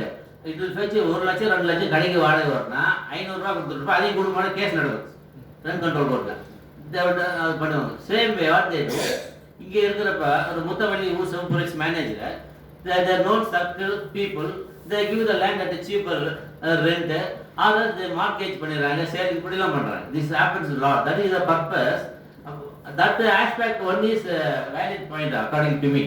But there must be audit. இப்போ control and auditor general அவர் வரமாட்டார். They like அ பேங்க்கு எப்படி audit வராங்க, panel இருக்குன்னா they conduct audit the accounts of this ஒர்க் board அப்படின்னு கொண்டாண்டாங்க. ஏன்னா they mainly financial irregularities. ப்ராப்பர்ட்டினா money ultimately. So they want to make quick money, easy money. People who are in the affairs and who manage the properties, they indulge in all sort of malpractices and manipulation. So to avoid all these things, so auditing is they brought out audit is compulsory in under the new act. Madam சொன்ன மாதிரி provide நான்-முஸ்லிம் CEO இருக்கணும், 2 women இருக்கணும், scholars knowing this, who believe and are scholars of this Islamic community எல்லாம் இருக்கு இந்த board. This is the main key changes introduced in the new act. இப்போ வந்து there are concerns that we have to address their concerns. என்ன சொல்றாங்க? Madam pointed out fundamental principle, the right of freedom of religion. By imposing or enacting a new act for bringing new provisions under the amendment, you are interfering in my way of, in my belief, my way of worship. We have been following this sacred Quran. It is totally different from the Indo-Christian community. அப்போ அவங்க object பண்ணுறாங்க. No, our religion we follow Islam. Sacred Quran is our holy book. So we interference in our management of the work board. Work means property given by the person in the name of God for religious and charitable purposes. So when a person, gentleman, given the property to work for religious purposes, we have to manage it. How can you come and interfere in the name of law? That is their main concern. That the government has addressed. As I pointed out, one thing, financial irregularities or malpractices, manipulation, certain things they want to bring the check and balance by conducting audit, all these things. So that's why they want to constitute a new board with women, non-Muslims, like that. They want to broaden the category. But as a Muslim, a person professing Islam religion, I have a worry, I am very much worried, because how can you come and impose new conditions? We know we have been worshipping the God, professing this religion thousands of years. We cannot interfere. That is the main thing, concern. That's why they want to have a dialogue. And requested for the JPC also, they are doing their work. So that is the main concern. And once the government comes now, that bureaucracy will come, they will have control. That is also a problem. The government control will be there. So we lose our control, because it is mainly meant for our religion, for our charitable purpose, for our religious belief. So government control we don't want. That's what they say. Then inclusion of non-Muslim in work department, that is also you are objecting that the committee in other states, we don't want non-Muslims. You don't want other than the Muslim, religious, they want only those. எனக்கு ஒரு psychology madam பேசுறப்ப Hindu HRNC Hindu religious charitable என்டோமெண்ட்ல only Hindus தான் இருக்குங்கிறாங்க. அங்கே Christians இருக்காங்க, Muslim இருக்காங்க. But when all the communities refer about constitution being secular, by inducting different community people in organizations is secular இல்ல, அது எப்படி அப்ஜெக்ட் பண்ண முடியும்? As a common sense எனக்கு ஒரு கொஸ்டின் வருது. Not that. Suppose they are coming and acting against the principle, my belief, insulting, harming my right. Being a secular nation, country, when we insist, emphasize being secular, yes, everybody must be, everyone should have the post in the fact. In the area that HRNC agrees is secular. It's not, though the nomenclature says Hindu religious, it is mainly controlled by all the people. Everybody has got a stake. Muslim is there, Christian is there, Jain is there, name anybody, everybody is there. At the helm of our top level from different ranks. So similar way, why we have to object? That also as a the immediate strike my mind. Being a secular, what is the objection? Moreover, there is a law that be amended again. It will be amended subject to after the dialogue, all this committee opinion, everything. So அது ஒரு point உங்களுக்கு secular எல்லாத்தையும் வருவாங்க. That means there is no value for that word. HRNC இந்துன்னு யாருமே இல்லைங்க. Hindu you want every month should be இந்துங்க. நீங்கள் போனீங்க எல்லாம் கிறிஸ்டியன் இருப்பாங்க. நான் நிறைய இருப்பேன். My friends are everybody. It's not fact. தேவஸ்தானத்தோட சேர்மனே ஒரு கிறிஸ்டியன் தான். ஆமா, லார்ட் பாலாஜி. இல்ல இந்த ரெட்டி யாரோ ஒரு ரெட்டி ஒருத்தர் கிறிஸ்டியன் இப்ப இல்ல இருந்தார்ல. ஆமா, அந்த லார்ட் பாலாஜினா அந்த லார்ட் பாலாஜி தேவடாண்டா புரியுமா? ஏழ்மலை கோயிலான்னு சொல்லணும் போல இருக்கு. அப்புறம் what they say, there is a lack of community management. That is an important thing. But whenever you suddenly introduce something, no, we have been used to certain way of life. You do something, good or bad, you say it's good, but you must consult. That is important. That leads to, because of that, the unnecessary fear, suspect, doubt, all these things come. Because they may feel, no, see, without asking, because we are the stakeholders, you are bringing in a new act, amendment, so you should have consulted us. So not even consulted, it is autocratic. So they are doing something which is against our community, against our religious belief. Community, religious belief, that is very important. அவன் 5 முறை தொழுவாங்க, எங்கெல்லாம் பார்த்து தொழுவாங்க. Retired judge Abdul Hardy வருவார், arbitration கவுன்சிலங்க, என்னுடைய orbiter. அப்போ வரப்ப meeting நடுவில் தொழுது, அந்த பக்கம் ரூம் இருக்குது சார், ஜட்ஜ் தொழுதுட்டு வருவார் அந்த டைமில். அதெல்லாம் பயம் வருது. Consultation is important. So there interfering on our religion, government control will be there. ஸோ we lose our everything. நம்ம ஸ்பிரிட் ஆஃப் இது போயிடுது, நம்ம ரிலிஜியஸ் ஸ்பிரிட் போயிடுது, கண்ட்ரோல் அங்கே போயிடுது. ஸோ அப்போ என்ன இருக்கு? அப்போ நம்ம ரிலிஜனுக்கு எங்கே இருக்குது? பீங் செகுலர் கண்ட்ரிங்க, that's a valid point also. We have under the good points, sir. One drop of poison enough to spoil the thing, everything. So one of the important thing, you have to address that issue also. Station attack ready பண்ணுறாங்க. That is Modi style, டக்குன்னு பண்ணிட்டு GST. என்ன sir ஜிஎஸ்டின்னு பிடிக்கிற மோகன் sir அப்போஸ்மெண்ட்டாக இருப்பார், அதையும் consider பண்ணல. Over night they bring everything. They know what is the plan, everything. They should discuss, they should explain, they should request, convince them. இந்த பாடத்துக்கு ரெக்கார்ட்ஸ் இருக்கு, அதே காட்டுங்களா, நீங்கள் ஏன் வச்சுட்டு இருக்கீங்க? That is the problem for all these things. So this is the main thing. அந்த keep bill என்னன்னு சொல்லிட்டேன் sir. Registration is must, oral work not allowed. Collector தான் ஒரு டிஸ்பியூட் கலெக்டர் தான் போகணும். அதுக்கு மேலே அப்பீல் உண்டு. ஃபைனான்ஸ் எல்லாமே வந்து கம்ப்ளீட்டாக control audit, digital audit. This is the main key features of this new act amendment. இது எனக்கு தெரிஞ்சு எல்லாம் நல்லது தான். பட் அவங்க சொல்கிற மாதிரி நீ ஏன் நான் முஸ்லீம் கொண்டாரு, ஏன்னா அது ஒரு ரிலீஜியஸில் 5 முறை அவங்க கொள்ளுறாங்க. அந்த ஒரு கல்ச்சர் இருக்குது, தேர் சட்டன் இது, அதை ஏன் கொண்டாடுறாங்க நீ கேட்குறாங்க. கவர்மெண்ட் பீப்புள் வை இது bring in government people, government பாடி ஏன் வரணுங்கிறாங்க, ஆடிட்டிங் ஏன் வரணுங்கிறாங்க. பட் ஆடிட்டிங் நல்லது தான், ஏன்னா நான் it's already proven fact. 12,000 crores எங்க, 163 crores எங்க those days. Nowadays people know, at least அந்த காலத்தில் how long back madam that report actually submitted based 2006. Now day by day different generation என்ன கொடுமை, குயிக் மணி எல்லாமே quick, fast food, fast take, எல்லாமே fast. they want to make quick bucksன்றப்ப there is all manipulation, corruption. ஒரு religious அந்த nobody is coming for that divine job. Waqf board இருக்கு, some soul, அந்த individual soul இந்த name of God. கடவுளை என்ன படித்தேன் உனக்காக கொடுக்குறேன், சேரிட்டபிளுக்கு கடவுள் இந்த இதுக்கு ரிலீஜியஸ் பண்ணுறது, அதை வந்து யாருமே கேரிவேட் பண்ண மாட்டாங்கிறாங்க. அதுக்கு செக் அண்ட் பேலன்ஸ் வர மாதிரி வருது. பட் அவங்க சொல்கிற இஷ்யூஸ் வந்து அட்ரஸ் பண்ணணும். நான் நல்லா தான் பண்ணுறேன்னாலுமே அது ஒத்துக்க முடியாது. அது ஒரு பாயிண்ட் இருக்குது. I am not after all we all citizens of the country, people the help of ours only decide பார்லிமெண்ட்ல. After having the unparliamentary debate, words with the unparliamentary words, they will decide ultimately. With the brute majority will decide, madam. That's Aristotle சொல்லுவாரு. Politics na previously it's called monarch, ruled by a king, once called monarch. But parliamentary form is the autocratic dictator. Next revolution evolved வரப்ப is called aristocracy, ruled by the elite people. Parliamentary oligarchy man. Then the great thing democracy for the people of the எல்லாமே நமக்கு தான் எல்லாமா உங்களுக்கு சுத்தி எங்களுக்கு வாய்ப்பு பெறாங்க. Democracy, what is the parliamentary form now? Mob violence, mob, other, the brute majority, number games decides. So with this I conclude. Thank you all. Once again thank you our guest speaker. Sadhana better off. So I think we are not better off. Adala yaru varala, neenga better off. So people will come alone. So better off nu theriyala. Thank you all.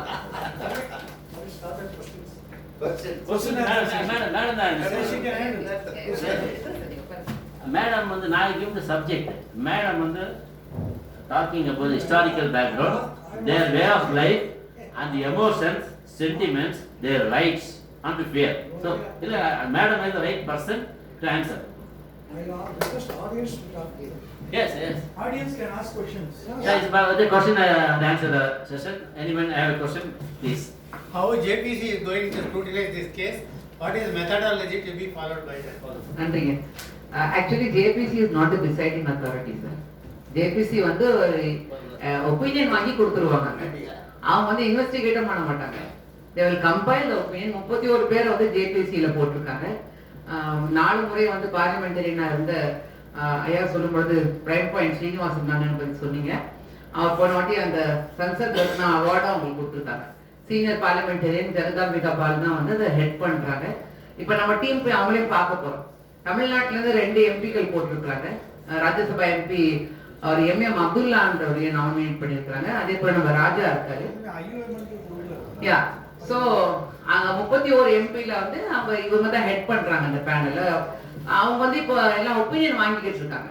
There collecting the opinion. இப்போ 13ஆம் தேதி கடைசி நாளாக இருந்துச்சு. இப்போ 2 நாள் extension பண்ணி 15 வரைக்கும் கடைசி நாள் வந்து எக்ஸ்டெண்ட் பண்ணியிருக்காங்க. அது yesterday was the last day. So email நம்ம ஒப்பீனியன்ஸ் அனுப்பலாம்.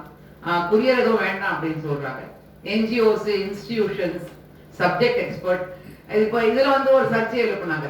அது எப்படி JPC can ask for public opinion. இது வெறும் வக்ஃபுக்காக மட்டும் கேட்கல. Any time JPC is appointed, public opinion for anything they have to ask. அது whether it is Hindus, Christian, constitutionally அதான் வந்து ஆக்ட்ல இருக்கு.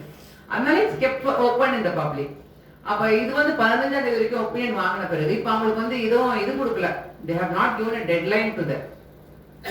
பார்லிமெண்ட்ல நிறைய சர்ச்சை ஆனதுனால it was push to the joint parliamentary committee. So அவங்க கம்பைல் பண்ணி கொடுத்துட்ட பிறகு அடுத்த லெவலுக்கு கொண்டு போவாங்க. நாங்க Kiren Rijiju minister, honourable minister for minority, அவங்க தான் டேபிள் பண்ணாங்க இந்த பில்ல.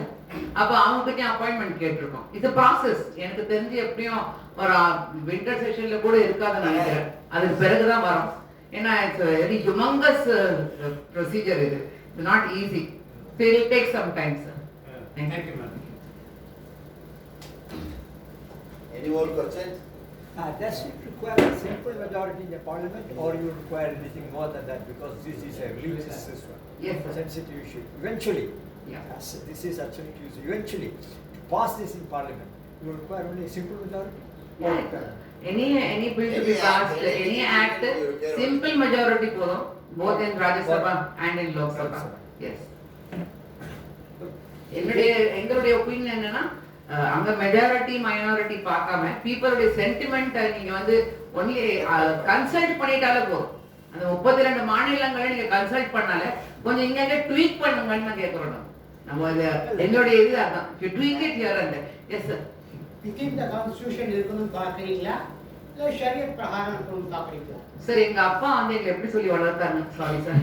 இல்ல நான் அதை பத்தி சொல்லல, ஜஸ்ட் உங்க Yes, ஒப்பீனியன் sir. சொல்லுங்க. எப்பவுமே எங்க அப்பா என்ன சொல்லுவாருன்னா, first we are Indians, then we are Muslims. So we are living in this country. எங்களுக்கு வந்து supreme is first is the when you live in India. அப்ப ஷரியத்தின் கேட்டனா கை வெட்ட முடியுமா, கை வெட்ட முடியுமா, தலை வெட்ட முடியுமா? இல்லங்க. When it comes to our civil rights, we will follow the constitution of India. That is above the Sharia. When it comes to my religious rights, my Sharia comes first. இது வந்து ரெண்டும் integrated, sir. Maybe Muslims have given it for the Muslims, but it is given in India. So land நீங்க பாத்தீங்கன்னா it belongs to the தேசத்துக்கு தான் முதல்ல அந்த நிலம். அவ தேசத்துல வாழக்கூடிய மக்கள் அந்த தேசத்துல என்ன சட்டம் இருக்கோ அதான் ஃபாலோ பண்ணணும். ஸோ கான்ஸ்டிடியூஷனலி வந்து நம்ம இதுக்கு என்ன கொடுக்கப்பட்டிருக்கோ அது கொடுத்தா போதும். ஷரியத்தெல்லாம் போய் நம்ம சவுதியில போய் கேட்டுக்கோங்கன்னு சொல்லுவாங்க. யூசுவலி எங்களை பத்தி father use to always say, ஏன்னா அந்த காலத்துல எல்லாம் வந்து இந்தியா பாகிஸ்தான் கிரிக்கெட் மேட்ச்னா பயங்கரமா சண்டை நடக்கும். அப்ப வந்து ஒப்பீனியன் கேட்பாங்க, who do you Abdul Samad, who do you support? You say, what a foolish question is this. I support my country. I don't see it as a war. Definitely my country has to be. So இப்போ நம்ம என்ன பண்ணிட்டோம்னா எல்லாத்துலயுமே வந்து not user, sorry உங்களுக்கு நான் pin point பண்ணி சொல்லல, ஜெனரல் மைண்ட் செட் சொல்ற மக்கள் மத்தியில ஜெனரல் ஆக்டிவிட்டீஸ் அப்படித்தான் இருக்கு. ஆமா, ஜெனரல் ஆக்டிவிட்டீஸ் அப்படித்தான் இருக்கு. Yes. அதனால தான் இப்படி ஒரு டிவிஷன். Definitely, sir. 30 இயர்ஸ்க்கு முன்னாடி இவ்வளவு கிடையாது. கட்டாயமா இல்ல. இந்த டிவிஷனுக்கு are you going with that division are not with that? Definitely we don't want it to divide. ஆயிடுச்சு டிவைட் ஆகி போயிட்டாங்க சார். அதெல்லாம் போறவங்க நல்லவங்களா இருக்காங்க, போறவங்க தான் பிரச்சனையா இருக்கு. இல்ல ஒரு தலைவர் ஒரு 50 வருஷத்துக்கு முன்னாடி ஒரு அழகான ஒரு வார்த்தை சொன்னாரு முஸ்லிம் கம்யூனிட்டியை பார்த்து, எப்படி இருக்கணும், அசிமிலேஷன் ஆஃப் திங்கிங் வேணும். அந்த வார்த்தை இந்த இன்னைக்கு ஒரு 100 வருஷத்துக்கு எந்த தலைவருமே சொல்லல. அந்த அசிமிலேஷன் ஆஃப் திங்கிங்கை நோக்கி போவீங்களா? Definitely, sir. We have when you put in your viewpoint, நான் இதெல்லாம் தான் ரிஜிட்டா நிக்க முடியாது, நிக்கவும் கூடாது. So Prophet today was saying, it's a very beautiful saying, where he says, don't go to extremes.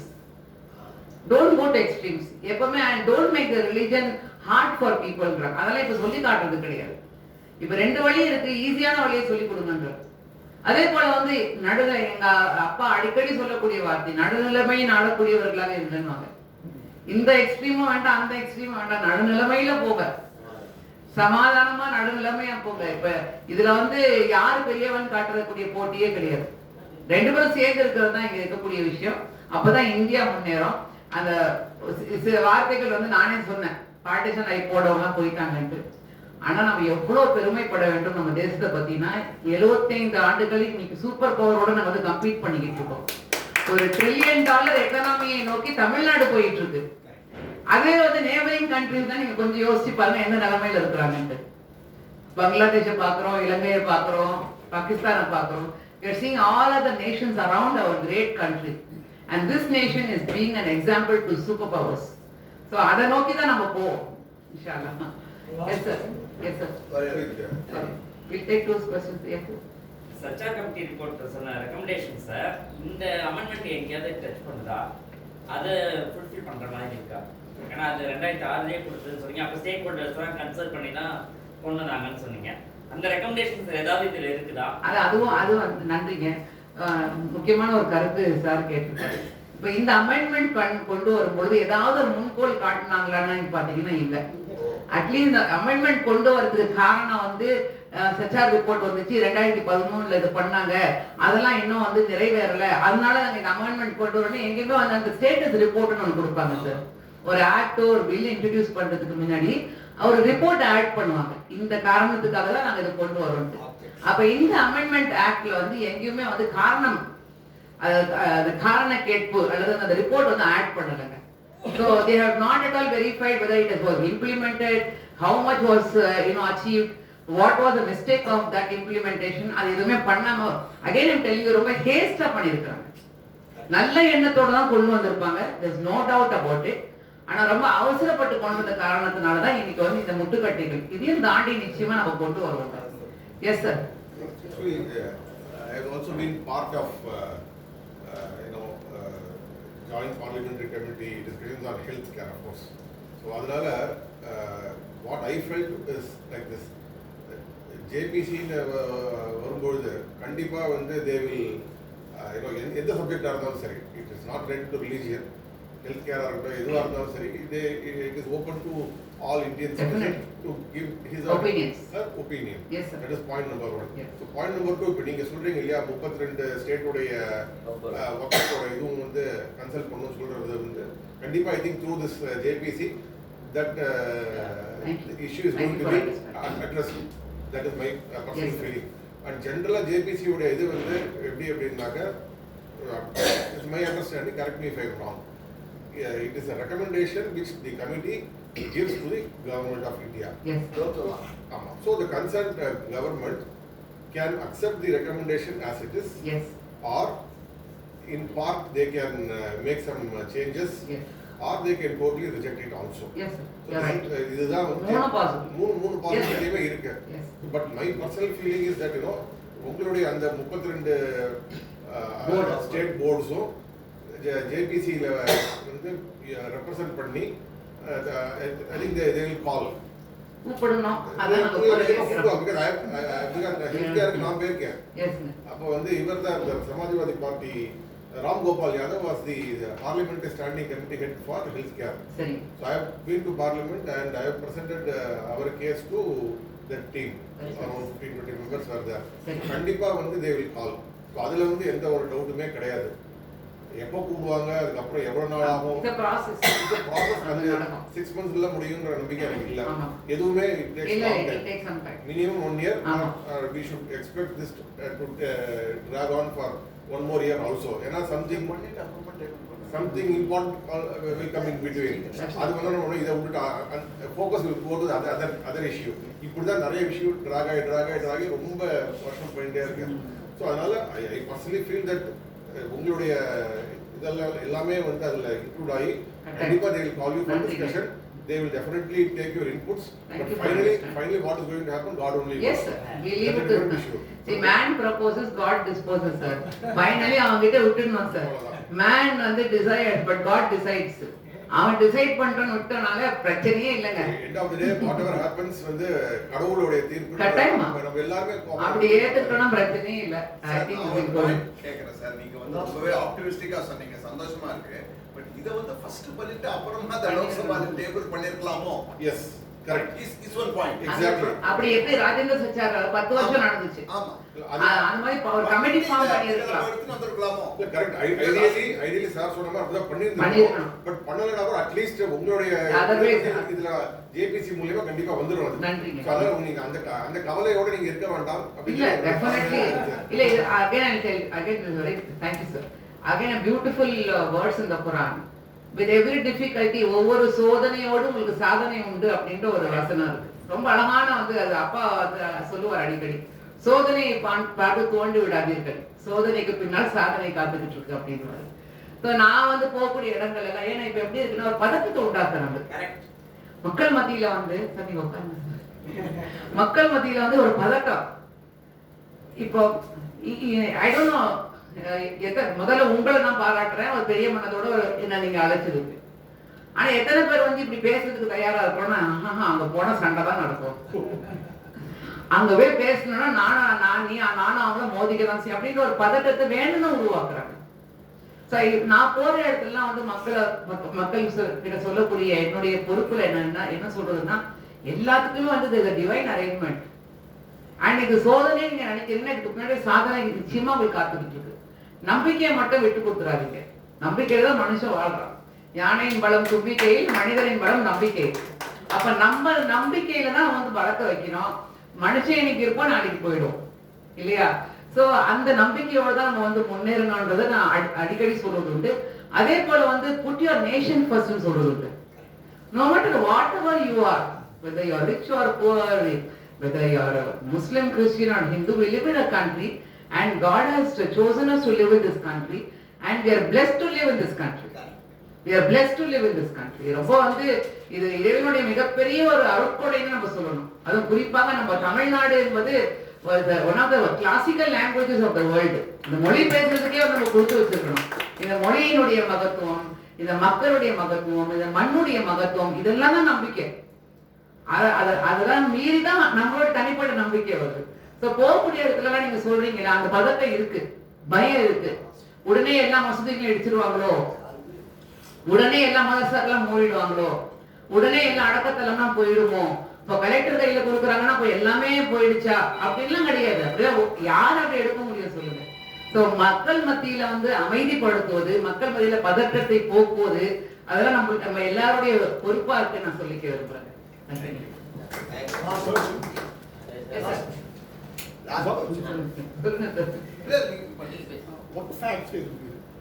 அதனால முஸ்லிம் கம்யூனிட்டியில டவுன் ட்ராடன் பீப்புள் எத்தனை பேர் பெனிஃபிட் ஆனாங்க. இப்போ ஆக்ட் அமெண்ட்மெண்ட் பில் இப்போ போயிட்டு, அதனால எத்தனை பேர் சஃபர் ஆக போறாங்க, அதுல ஏதாவது இது இருக்கா? ரொம்ப முக்கியமான நான் இது கேள்விக்காக வருவோம்னு எதிர்பார்த்துட்டே நாங்க வரல.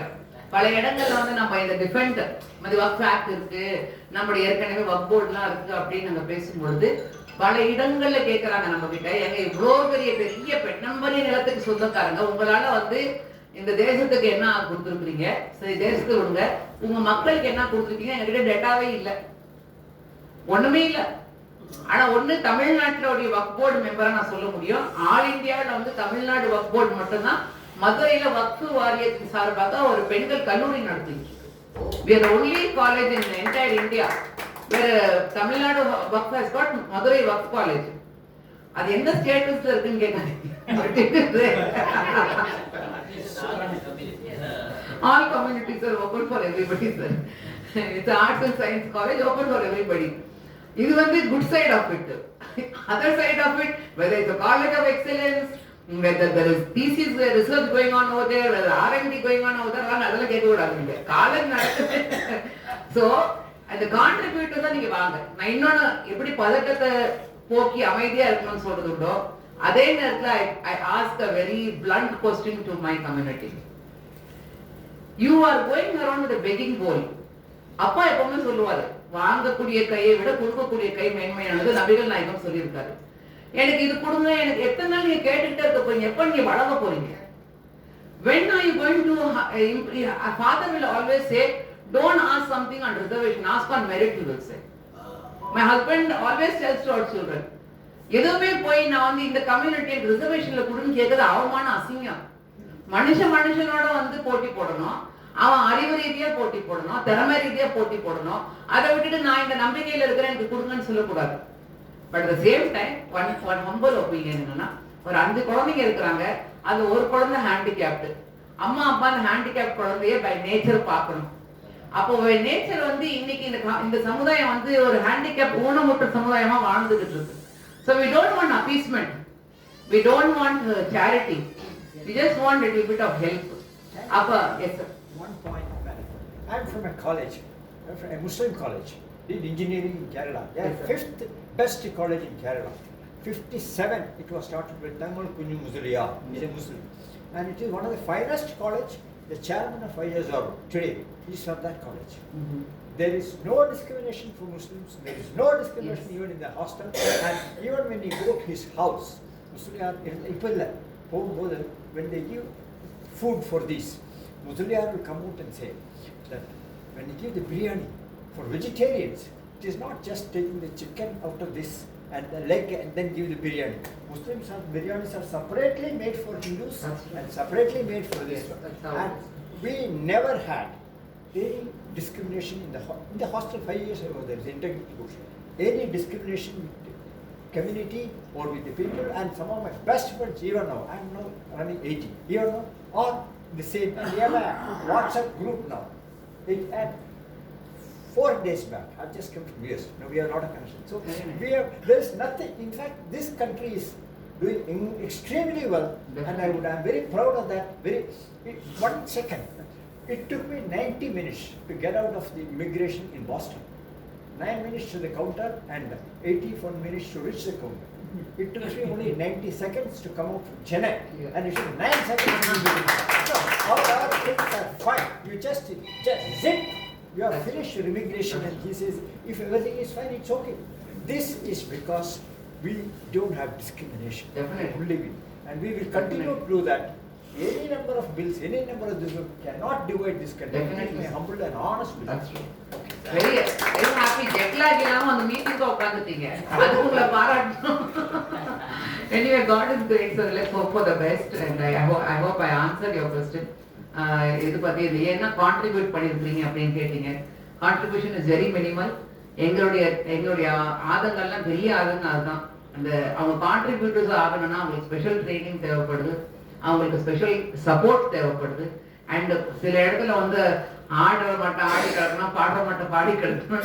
இங்க பீப்புள் எமோஷன் பார்க்கக்கூடிய ஒரு நேரத்தில் administrative has to be set right sir. That is my humble opinion. Thank you sir. 10,000 கோடியை வந்து நீங்க வந்து if you are able to get it, உங்க கம்ப்யூட்டருக்கு யாருமே ஹேண்டிகேப்டாக இருக்க மாட்டாங்க. Definitely sir. We want to come out of that. September மாதமே நமக்கெல்லாம் விசேஷமான மாதம். பாரதியாரனுடைய பிறந்த மாதம். அதே நேரத்தில் சுதந்திர இந்தியாவில் ஒரு பெரிய தேசிய தலைவர் பண்டித தீனதாள் உபாத்யாயன் கேள்விப்பட்டிருக்கேன். பாரதிய ஜனசங்கத்தினுடைய அவருடைய பிறந்த தினமும் கூட நிறைய அரசியலில் வந்து சமூக பொருளாதார ஏற்றத்தாழ்வுகள், எக்கனாமிக் எஃபெக்ட், எல்லா விதத்தில் ஹிஸ்ட்ரி எல்லாத்தையுமே ரிசர்ச் பண்ணியிருக்காங்க. பெரிய ஸ்காலர். கடைசி வரையிலும் ஜனசங்கத்தினுடைய வளர்ச்சிக்கு தான் பாடுபட்டார். நாடு முழுக்க சுற்றுப்பயணம் பண்ணார். கடைசியில் விவசாய ஸ்டேஷனில் கொலை செய்யப்பட்டார். அவருடைய பிறந்த தினத்தை விட்டு தமிழ்நாட்டில் கடந்த 2 வருஷமா கவர்னர் ரவி அவர்கள் துவக்கி வைத்து அவருடைய சிந்தனைகளுடைய ஆராய்ச்சி கூடமான நடக்குது. அதில் மோகன் சார்பாக நண்பராக இருக்காங்க. அந்த கமிட்டியின் சார்பாக அவருடைய பிறந்த தினத்தை வரக்கூடிய 28ஆம் தேதி கொண்டாட இருக்காங்க. சனிக்கிழமை அவசரம் போய் அடுத்த சமஸ்கிருத கல்லூரியில் மாலை 5:30 மணி. நாம நம்மளுடைய நண்பர்களோட இந்த கூட்டத்தை கலக்கலாம். பெரிய ஸ்காலர்ஸ் வந்து இஸ் நாட் அ பொலிட்டிக்கல், இது இல்லை, கம்ப்ளீட்டாக எக்கனாமிக்கல் ப்ராப்ளம். இன்டெக்ரல் ஹியூமனிசம்ங்கிற தத்துவத்தை அவர் கொடுத்துருக்கார். அதில் நான் சொன்ன பல்வேறு கருத்துக்கள், சமுதாயத்தினுடைய ஒன்றிணைப்பு, அது எப்படி சமூக ரீதியாக பொருளாதார ரீதியாக அதெல்லாத்தையும் விவரமாக அந்த கூட்டத்தில் விவாதித்திருக்காங்க. உங்கள் அனைவரையும் அந்த கூட்டத்தை பெருமாறு கேட்டுக்கொள்கிறேன். இறுதியாக வழக்கம்போல் உங்களுடைய செயலாளர் சம்பத் அவர்கள் நன்றியுடன் இந்த கூட்டமானது நிறைவேறும். ஒவ்வொரு 2வது சனிக்கிழமையும் இதே இடத்திலே நம்முடைய சென்னை ஃப்ரெண்ட்ஸ் ஃபாரத்தினுடைய கூட்டம் நடைபெறும். நாம் அனைவரும் நம்முடைய நண்பர்களுடன் வந்து இந்த மாதிரி சிந்தனை கருத்துரைகளை வளர்க்க வேண்டுமாக கேட்கிறோம்.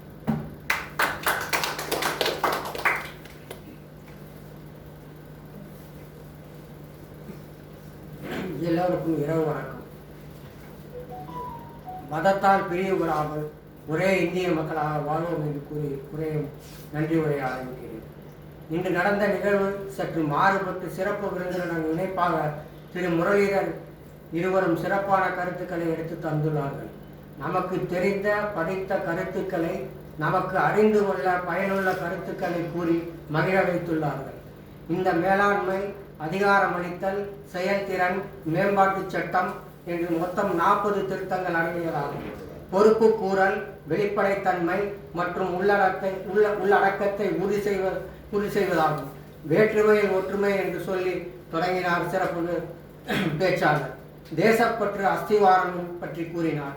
மீடியா வாட்ஸ்அப்பின் தலைவிரிகோலத்தை மனம் கனத்து கூறினார். வக்ஃப் புரிதலை சற்று விளக்கினார்.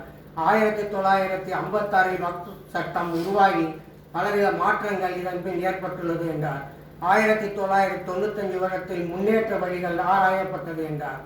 1.2 லட்சம் கோடி ரூபாய் மதிப்பிலான 9 லட்சம் ஏக்கர் நிலம் 163 கோடி வருமானம் தான் ஈட்டுகிறது. 32 வாரியங்கள் மூலம் நடத்தப்படும் வக்ஃப் சரியான வருமானம் ஈட்டவில்லை என்று முடிவு செய்ததை கூறினார். வக்ஃப் போர்டு நிலைநிறுத்தம் பற்றி விவரித்தார். 2013 சில திருத்தங்கள் கொண்டு வந்ததில் பெரிதாக பேசப்படவில்லை என்றார். அவசர கதையில் 2024 சட்டம் கொண்டு வந்துள்ளது என்றார். மீடியா இதை பூதாகாரமாக தவறாக சித்தரிக்கிறது என்றார். மாநில மத்திய வக்ஃப் புரிதலில் உள்ள இடைவெளிகளை கூறினார். வக்ஃப் உறுப்பின் சேர்க்கை பற்றி கூறினார். புள்ளி விவரங்கள் பற்றி வேதனையுடன் தெரிவித்தார். குறைந்தது 5 வருடங்கள் இஸ்லாமியத்தை கடைபிடித்து சொத்து வைத்திருக்கும் நபரை மட்டுமே வக்ஃப் அறிவிக்க முடியும் என்பதை விவரித்தார். மக்கள் பிளவுபடக்கூடாது என்று உறுதியாக கூறினார். இறுதியாக தனது இளமை நினைவுகளை பகிர்ந்து கொண்டார். பிறகு திரு முரளிதரன் விவாதத்தை தொடர்ந்தார். வக்ஃப் பற்றி அறிந்து கொள்ள விவரமாக கூறினார். வக்ஃப் என்பது இறைவருக்காகவும் மக்கள் நலனுக்காகவும் தரும் சொத்து என்றார். வக்ஃப் சட்டம் சந்தித்த பல தடங்கல்களை எடுத்து எம்பினார். வக்ஃப் அதிகார வரம்பு பற்றி விளக்கினார். வக்ஃப் 2004 சட்டம் பற்றி விரிவாக கூறினார். தவறுகள் திருத்தப்பட சட்டம் உதவும் என்றார். தணிக்கை அவசியம் பற்றி கூறினார். ஒற்றுமையாக வாழும் இந்தியாவில் இந்தியர்கள் எல்லோருமே வக்ஃப் போர்டில் சேர உரிமை உள்ளது என்று ஆணித்தரமாக கூறினார். எல்லாவற்றையும் நன்கு உள்வாங்கி நல்ல கேள்விகள் கேட்கப்பட்டு பதில்கள் தரப்பட்டது. வந்திருந்த அனைவருக்கும் சிஎஃப்எஃப் சார்பில் நன்றிகளை தெரிவித்துக் கொள்கிறேன். வணக்கம்.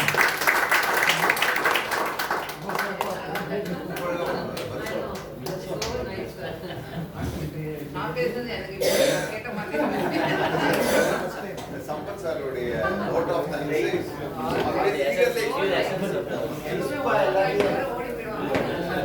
So nice, sir.